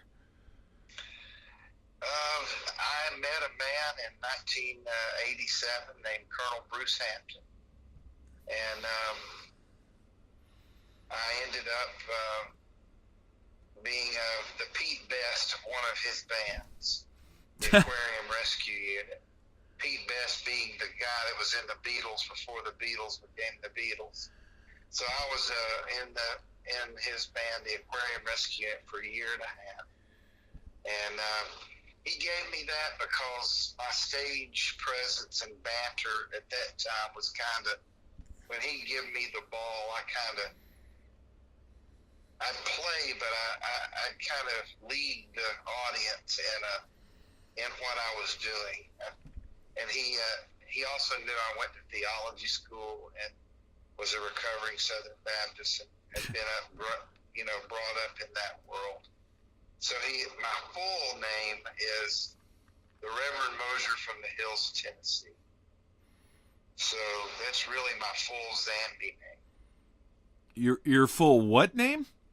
Zambi name. And for the folks out there who have no idea what you're talking about, what would that be?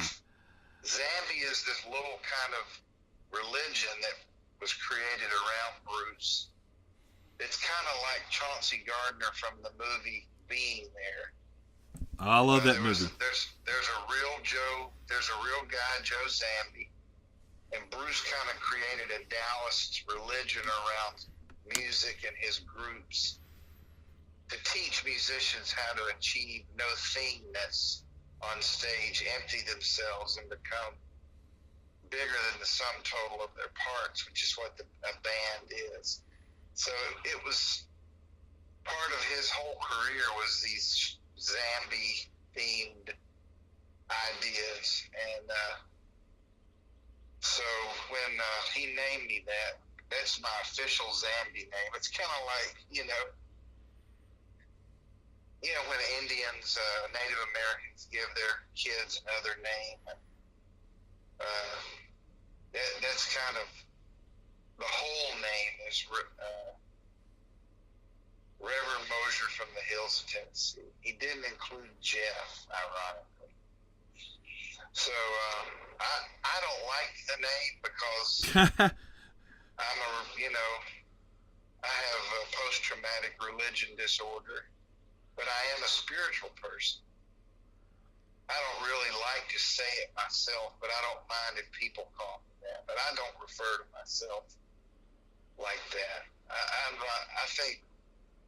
I think calling somebody revered, which is what the word means, really, revered.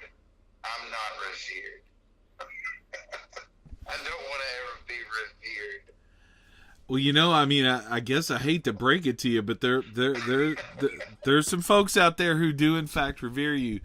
What I found is interesting is, before I go on, I want to say there will be an entire episode of the podcast sometime in the future, including you and a variety of other folks who knew the late Colonel Bruce Hampton. I really want to do him justice, and we simply don't have enough time to do that right now. He was truly a wonderful and great man. But I want to talk a little bit about not so much the nickname he gave you, but it seems like the way you responded to it. Because, granted, I appreciate the humility of your saying you don't want to be referred to as revered, but you have taken the opportunity to preach to folks from the stage in the years since getting that title. Yeah. I feel that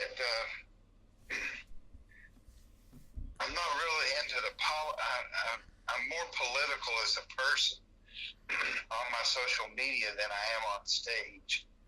But I have taken the opportunity on stage to, instead of preaching, I feel like it's more of being responsible with that position that you have of trying to bring people up, I always think there's somebody in that crowd that has the gun in their mouth, and I want them to pull it out when they leave. And you never know what you're dealing with, and you never know who's there, and you never know where they're at in their life. And I want to, instead of them hear me rehash songs that I've already put on tape, sing along and dance along. I mean, I like all that, but I really think music is a healing force in the universe, like, Albert Eiler said, the jazz musician. He had a whole record, The Healing Force. Music is a healing force in the universe. And I really feel that. And I feel like now more than ever, people really need to glom onto this wonderful commodity that we've created for ourselves called music, which packages melody, harmony, language, and polyrhythms into a packet that's apparently stored in a very nice place in our brain that can even survive Alzheimer's.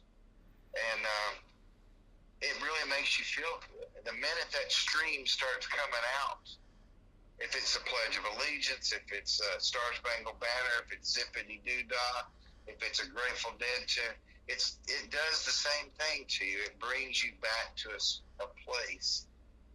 And I take that job serious as a musician. I get up there, I'm always thinking about how can I lift these people up. And it's not really a moralistic or religious thing I'm thinking about. It's more of that's my job, is to bring the spirit in the room, as Bruce would say, and bring a joy, a sense of hope to people.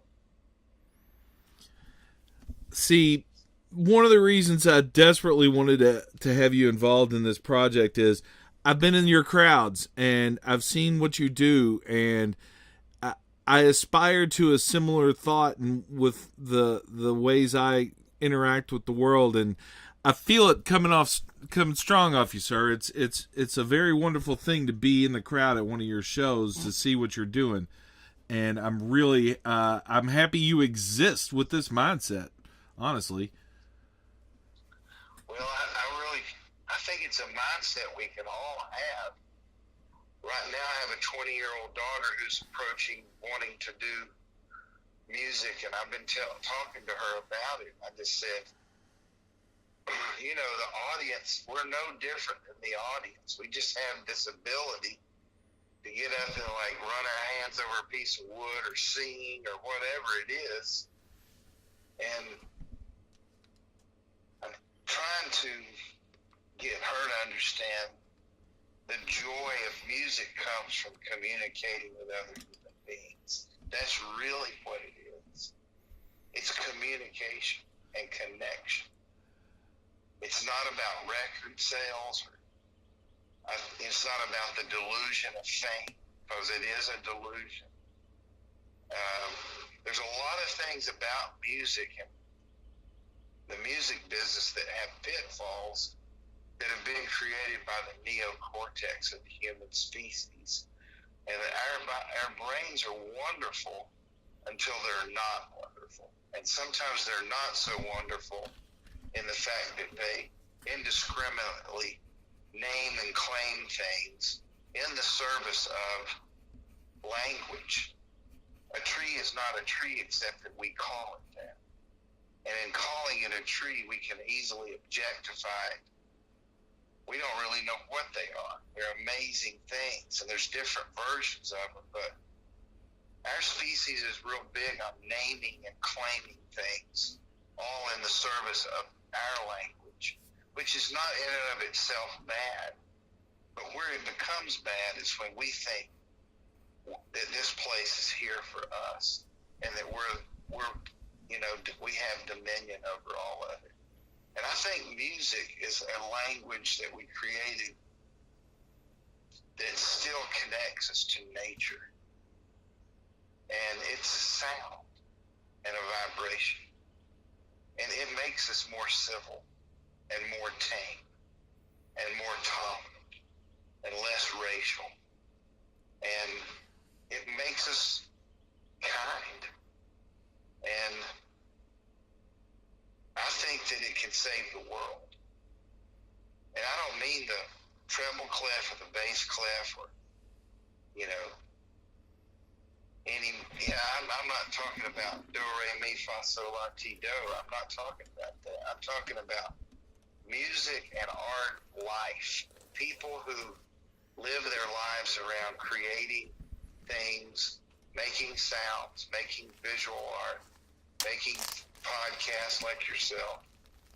I think we could, you know, help the world survive our species, which is seemingly bent on dividing. It's easy to divide ourselves up and want to kill those that aren't like us. It seems just to be a primal tendency. And honestly, man, that's what I love about music, is I want to be part of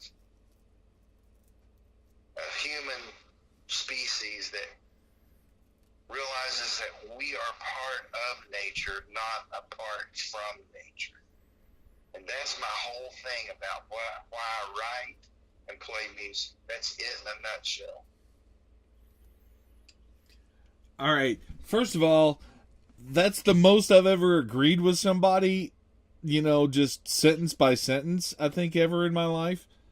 And second of all, you struck exactly on the concept of this podcast. When I was asked to come up with an idea for one, I wanted to come up with something that would, like everything else I try and do, would sort of help lift everybody up. And, you know, the idea was, I know all these wonderful people. You hear about doom and gloom on the news all the time and everything, but, you know, you open up the window and there's, you know, the sun shining and the birds and it's like, yeah, I know I'm fortunate. I know I live in a good place, and I know that, but I know all these people. Hey, let's just full disclosure. Yes, sir. We're white guys. Yeah. We're as Pearl. Okay, full disclosure, we're both white guys, and you know, being a white guy, you have to get up. You know, you have to get up every day and go, I'm going to layer in the fact in my behavior today that I'm a white guy in America. And what I mean by that is, I don't mean that as much as a racial thing. It's that my path is very different. I get less punches on my whining card. Oh, by far. I get way less punches on my whining card than other people get. And I mean, it's really true what you said. You open the window and the birds are singing, but you've just watched the news. And anyway, I didn't mean to interrupt you because you're on a roll. Oh, no, sir. You know, actually, you brought up sort of the gist of one of my favorite Pearl Jam songs. There's a Pearl Jam song called WMA, which stands for White Male America. And there's a line in there that sums it all up for white males like ourselves. He says, you won the lottery by being born. You know, I mean, we all got a pretty good deal. I'm certainly not unaware of that. And I do everything I can. You're not. I'm just saying it. Yeah. When we're talking to listeners. Oh, yeah, most definitely. Let them know we know that we. I mean, yeah, I was gonna say. I mean, I look out my window and I see the sun is shining and the birds are singing and all that. But I also know that I'm extremely lucky. You know, I have through really no way I can explain survived a gazillion near-death experiences. I've literally almost died like 14 times, and wow. I've also just fallen into, I mean, there'll be a podcast eventually about exactly how I became a music photographer, video guy who lives in a music festival grounds, but my path has been accidental awesomeness. You know, that's like the story of my life. Like, that's a great concept. I mean, if you told 16-year-old me that I would be forcing Robert Plant to crawl across the driver's seat because my passenger door is blocked and he needed a ride, I would say that you were fucking crazy. And that happened, you know. I have walked a path that I can't believe, but the point is, I've also gone through some horrible shit, and I've managed to keep a zippy attitude through that. And what I really wanted to do with this podcast was show some of the good that can come if you just, no matter how bad it gets, stays positive. And I know what you said about us being white males and everything, but I mean, literally, I was on the intensive care ward of a hospital for like 45 straight days. They've never had anyone almost die, but not for that long under their care. They were just shocked. You know, it's like, I was just also super happy every time they came in. You know, that's, you just gotta, bringing the positivity into my life helped me. Bringing the positivity and following the things I loved introduced me to folks like you and a whole bunch of other crazy folks across the country. And this podcast is going to introduce everybody to you crazy folks and all that. And that's one of the other points I wanted to bring up with you was the connections. So here you are, you're this sort of well-thinking, free-speaking guy, and because of who you are and the path you've walked, I mean, how many different awesome musicians have you played with? It's been a lot. But I will say this about that.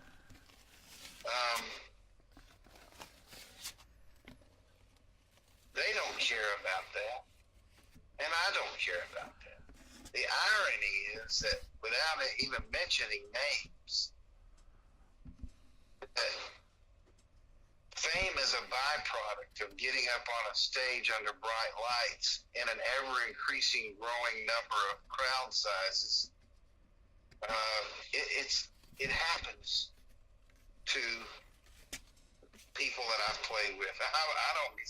I'm amazed that people even know who I am, because I'm not a known thing in my mind. I never imagined that many people know me.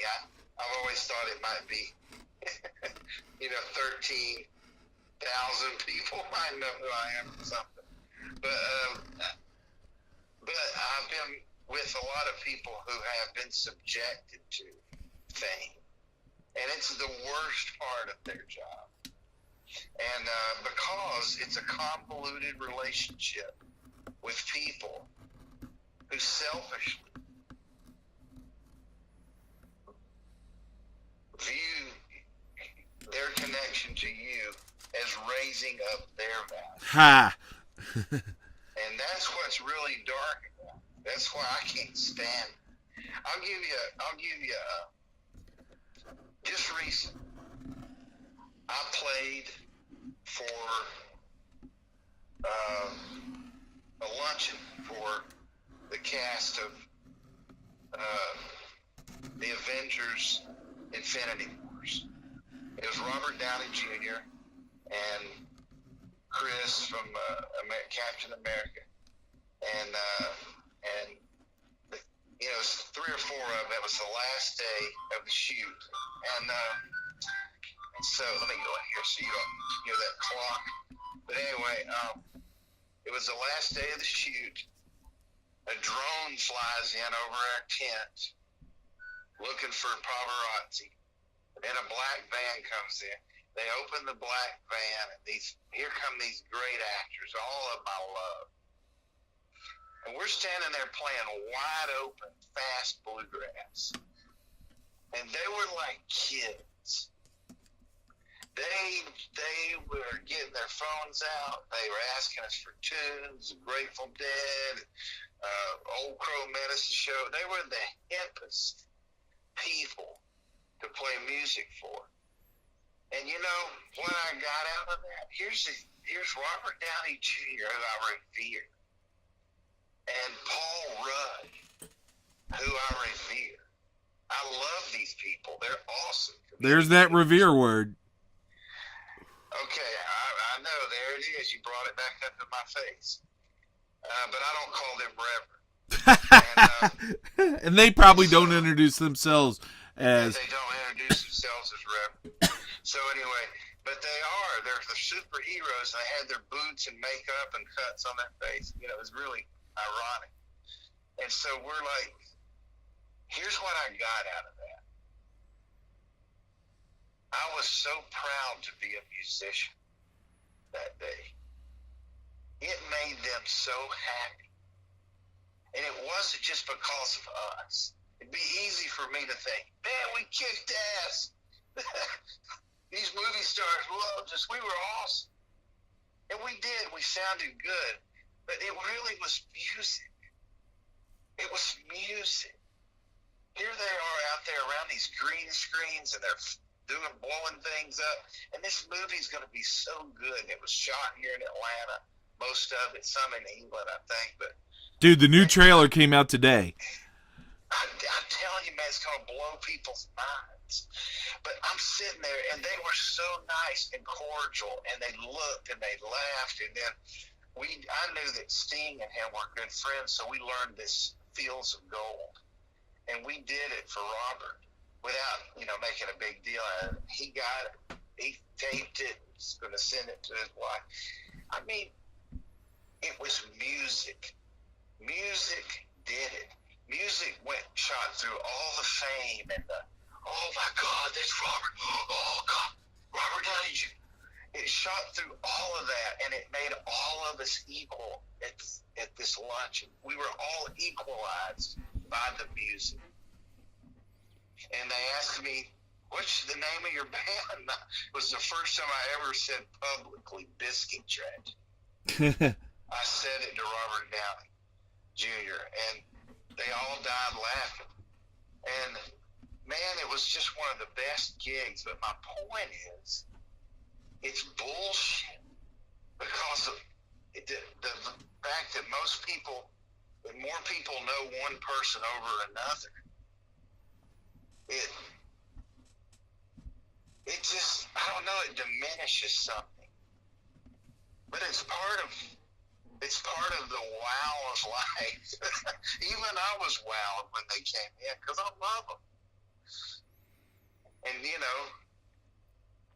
but I think one of the things that ruins music is the business of music. Often ruins the magic of music. And what I love about what you're doing, and by documenting humanity that happens in and around music and festivals, is that that's the real gift of music, is how it builds community. And it does. It builds community better than anything. This next weekend, not this weekend, but next weekend, I'll be down there in Live Oak. I've been going down there since '98. Yeah, I was gonna bring this up in a sec. My kids are raised there. I can't say enough about how much that place means to me. And here are the things I know will always happen. It'll be a great mixed crowd from all kinds of countries. It'll be different music, different parts of the country.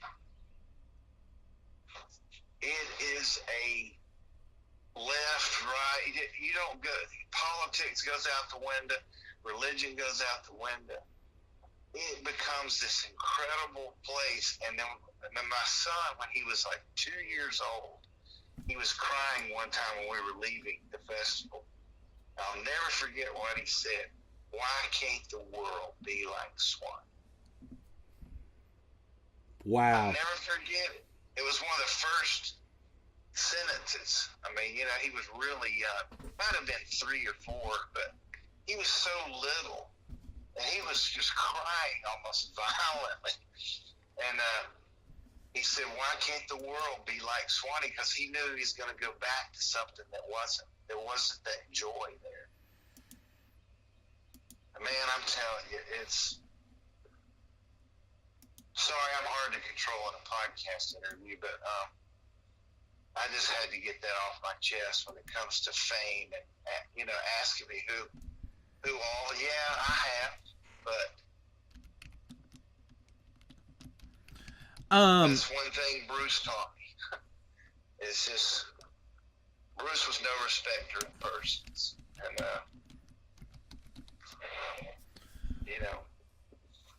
try not to be that way. When I started doing this, I kind of, again, I got to skip several levels in working your way up through the ranks to do what I do for some strange reasons.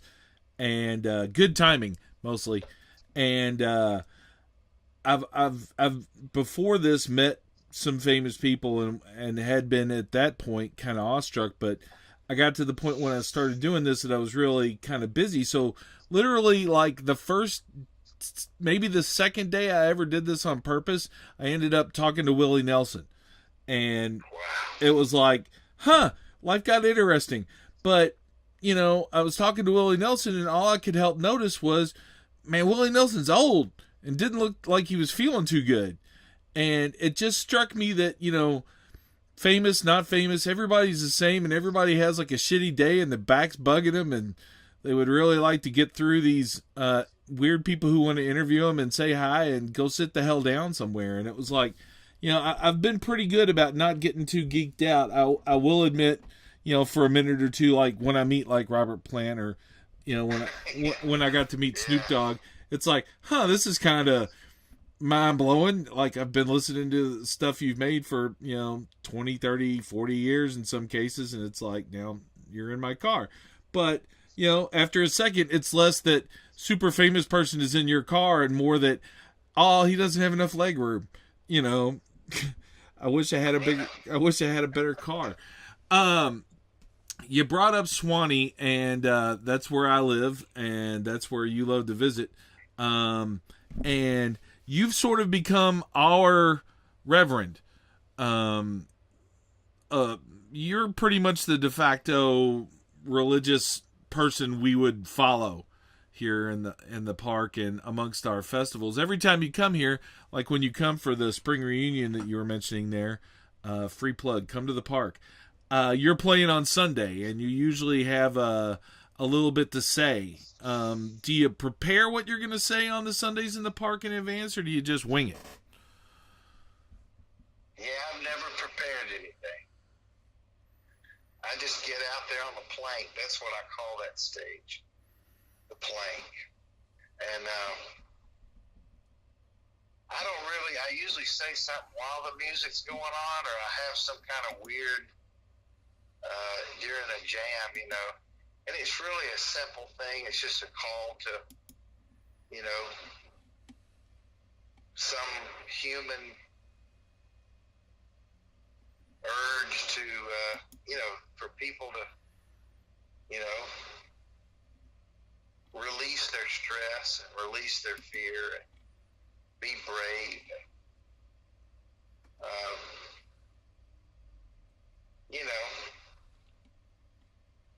I don't even have any idea what to say this time. I mean, we're going to, just get up there. My songs are really, listen up. This tune has gotten crazy. I don't know this music anymore. Too many notes made it sound so different from that old tune that left us wanting more. I hope our love will get back to the simple. I hope that fear won't drown out our tune. Here we are. The time is now, my darling. Our life on earth is not a practice run. And then the chorus is, maybe we have lost the tune that made us groove back when our love was young. All I want to do is simply play right now. Please sing along. But life keeps right on speeding up. And as it does, it changes all the rules. I want to stop and finally listen now and find that old tune. And all my songs are kind of like that. They're not religious. They're just about, let's try to become a Bible species. That's it. Well, that's it. And Again. that's what I do. I mean, that is, in a nutshell, my whole message. I don't think I go past that very much. I've never written about an old relationship or a girlfriend. Or all of my songs, one guy called it self-help for hippies. Well, a lot of them need it, including me. I was like, I didn't know if that was a compliment. So, anyway. Well, that's it. At this point, we're gonna take a little pause, and I'm gonna play for everybody. I want everybody to hear. This is a wonderful example of what we're talking about. This is the Reverend Jeff here explaining what grace is to everybody.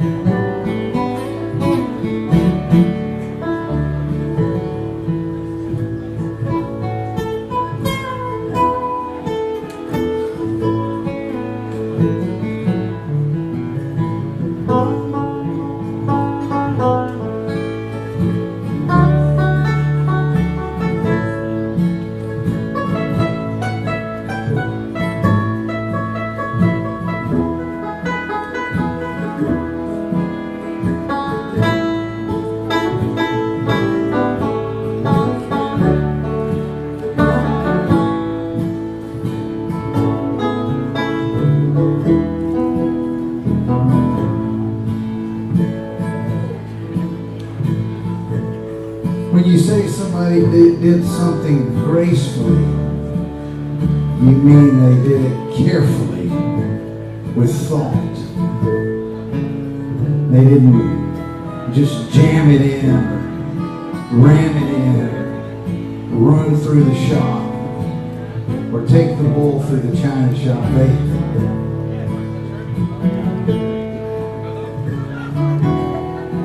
They were careful about their environment. That's what grace is. It's self-monitoring skills. It's where you want to do one thing, but you don't do that. You do the other thing. It's amazing. It's amazing when it happens. You know when it happens. It's called grace. It's a great word. But it's so much bigger than we use it a lot of times. We use it in a kind of a religious way, which is that is the way it is, but it's bigger than that. Especially because in this song, it was written by a slave ship captain. And this guy had just kept bringing boatloads of slaves, and finally he's just like, what am I doing? I'm doing it this way. I don't want to do it this way anymore. I'm tired of letting these people, half of them live and half of them die. I can't take it anymore. And he changed his mind. He walked the other way, and that's what he did. He decided to do something different. And he wrote this little poem, and then in England they put it to a little bar tune, and it became this great song, but it's born out of sorrow and sadness, and a guy really realizing that his whole idea about Africans was based on melanin. Melanin, which is a little pigment in your skin. If you have a varying degree of it, it changes your color. We're there. We're back to melanin. So today we're going to remind us all that it's not about melanin. Racism is like many things that we've come up with. It's a dumb idea. It serves us for temporary purposes, usually for the wrong reasons. That's what our brains are big enough to do great things and big enough to do really stupid things. And music's a physical reminder through sound and polyrhythms and lyrics to pull the gun out of our mouth and decide to live another day. Smile. Be grateful. Look around you. It took a lot to get you here. So get over the self-pity. Pull your head out of your ass, United States of America. Realize what you've already got, United States of America. And just be the United States of America. This is the United States of America. I don't see one color. I don't see one party. I don't see one anything. I see individuals. And that's why I'm a member. I'm on the list. Are you on the list? I'm on the list. We're all on the list. So in that spirit, I want to sing this song that is sung for a lot of reasons. But today I want to sing it for the human reasons to pray together that at some point in our history we'll become a truly viable species that's one with the system that spawned us. I want that while I'm on earth. I want to see that. So here we go. And then think of the words of this in the context of a slave ship captain who's tired of watching people die.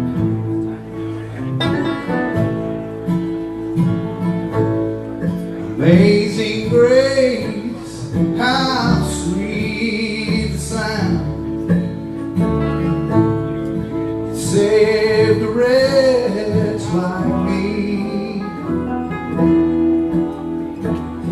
I once was lost, oh, but now I'm found. I was blind, but now I see.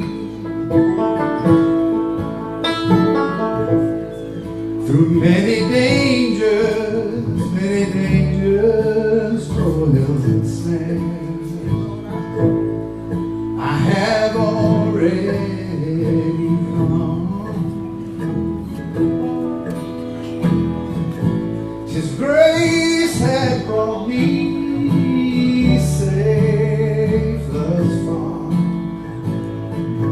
and grace will lead me home. In Bela Fleck's wonderful documentary about the banjo. Thank you. Throw down your heart. Who said that? I love you for that. Throw down your heart. You talk about they finally realized if they let them keep their banjos, they lived longer. They survived. Let me say that again. Let that sink in. It's true for all of us. Let us keep our banjos, and we will survive. They weren't banjos, they were bonzas that kind of looked like banjos, and then later on we thought, hey, free market culture, we can take some drum parts and make that thing. And we did, thankfully. This is a 30s kind of version of our version of the African idea that we got it from, but they let them keep their banjos. They lived longer. You'll live longer too if you keep your banjo. Because we're all on a ride. We're all on a boat ride. We are. We're all on a ride. There's a lot of pain. The loss gets bigger as you go down. We're all in different movies with really kind of the same ending. A pig's not a pig. It's just what we call it. A pig doesn't know it's here. A pig doesn't know it's not going to be here. So a pig doesn't have to have songs and stuff to make the pig feel better. We need this. We need this. That's why we made it. That's what music does. It gives our lives meaning because we're the kind of animal that can't live with the idea that this is all going to happen and doesn't mean anything in the end. It just doesn't work for us. And that's what music is.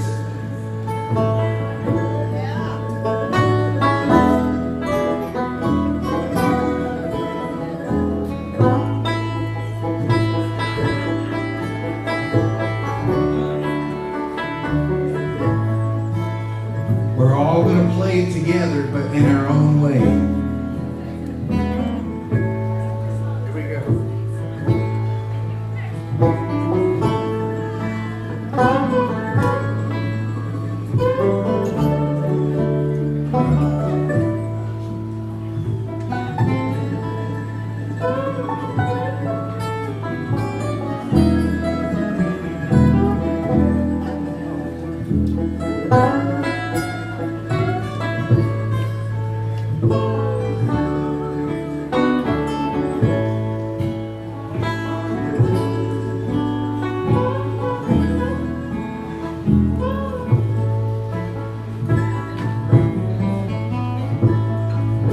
We've been there 10,000 years,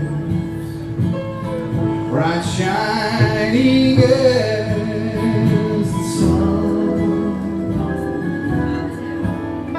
We've no less days to sing God's praise, and when we first begun.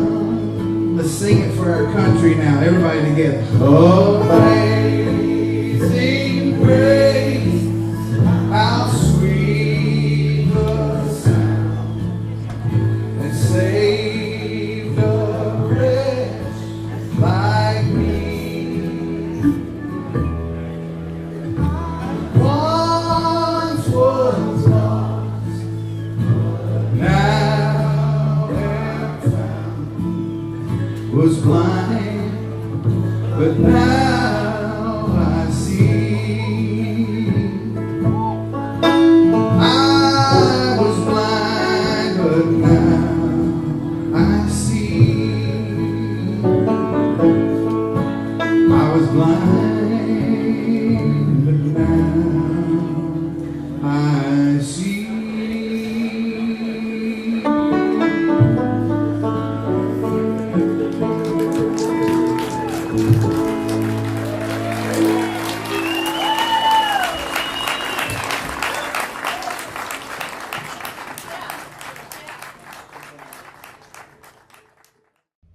Dramatic pause, and we're back. So all right, that everybody just heard a little bit of what we're talking about here. Before I let you go, though, this is something I notice I forget to do with musicians, because I get talking about these big concepts, and it's like, so exactly what instrument it is that you play, sir? In a nutshell, I play the 5-string banjo, mostly a loud version of it. I play electric. I've always, a lot of my bands have been electrified bluegrass, progressive bluegrass, but I'm a 5-string banjo player, singer, songwriter. It sounds complicated playing in a nutshell, wouldn't it be easier to just, play on the stage or whatever? Yeah. I should get out of this nutshell. I'd have more leg room if I did. I supposedly tell jokes, and this has been one where I sit here and listen to you spread some wonderful stuff. So I had to stick at least one terrible joke in there before the end of this. Well, I'm a big joke person, so I love jokes and comedy, and I'm studying it right now. May venture out into these areas. I'm actually starting to do some stand-up. There will be more about that as we finally get to the point where I can tell people where and when. But that's great, man. Before I let you go, I wanna again thank you and explain this again, because I'm such a huge fan of not just your music but sort of where you're coming from. I've reached out to you to be a little bit more of a regular part of this weirdness than the rest of the poor people I've roped into this. So we got a couple of more topics we're going to bring you back on here sometime soon. So folks out there, do everything you can to check down the music of Reverend Jeff. Sir, is there a website or something that they can reach out to check out your stuff? We're working on it right now. It's called RevJeffMosier.com, but I'm on Facebook. Everything I do is on Facebook. They just put in Jeff Mosier. They'll see me holding a banjo. And most of my gigs are on Rev Jeff Mosier on Facebook. And I'm pretty easy to find. Now, see, if I hadn't remembered to ask you what you play, then they'd have been looking, and they wouldn't have known if you were the Jeff Mosier with the banjo or the one standing in front of the real estate business. So yeah, that would have been confusing. But that's me with the banjo. I just feel so bad for Keller Williams. It's confusing for his folks. Poor Keller. Yeah. Sir, thank you again. Can't wait to see you next week, and we'll definitely be talking to you soon. All right, thanks, sir. Thanks, Rex. And stay there. Wow, I gotta say, I actually feel better about the world after that chat. Thank you, sir. See you in the Biscuit Tragedy this weekend at the Sewanee Spring Reunion, and I can't wait to feel the love. Well, thanks again for listening, folks. I hope you're feeling as inspired as I am right now. Hold on to this energy. Stoke the fires inside you and try and spread the love, because seriously, we're all in this together. That's the only thing we can do is help each other and lift each other if we want this crazy-ass world of ours to work. Thanks as always to Steve Watkins for the wonderful theme music that you hear bebopping behind me right now. And get ready for our next episode. We're going to go behind the scenes of music festival world and meet some of the folks who make all that magic happen.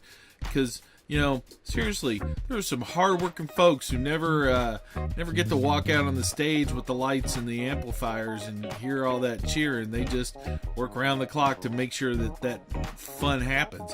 So, it's going to be a good episode. Have a great day.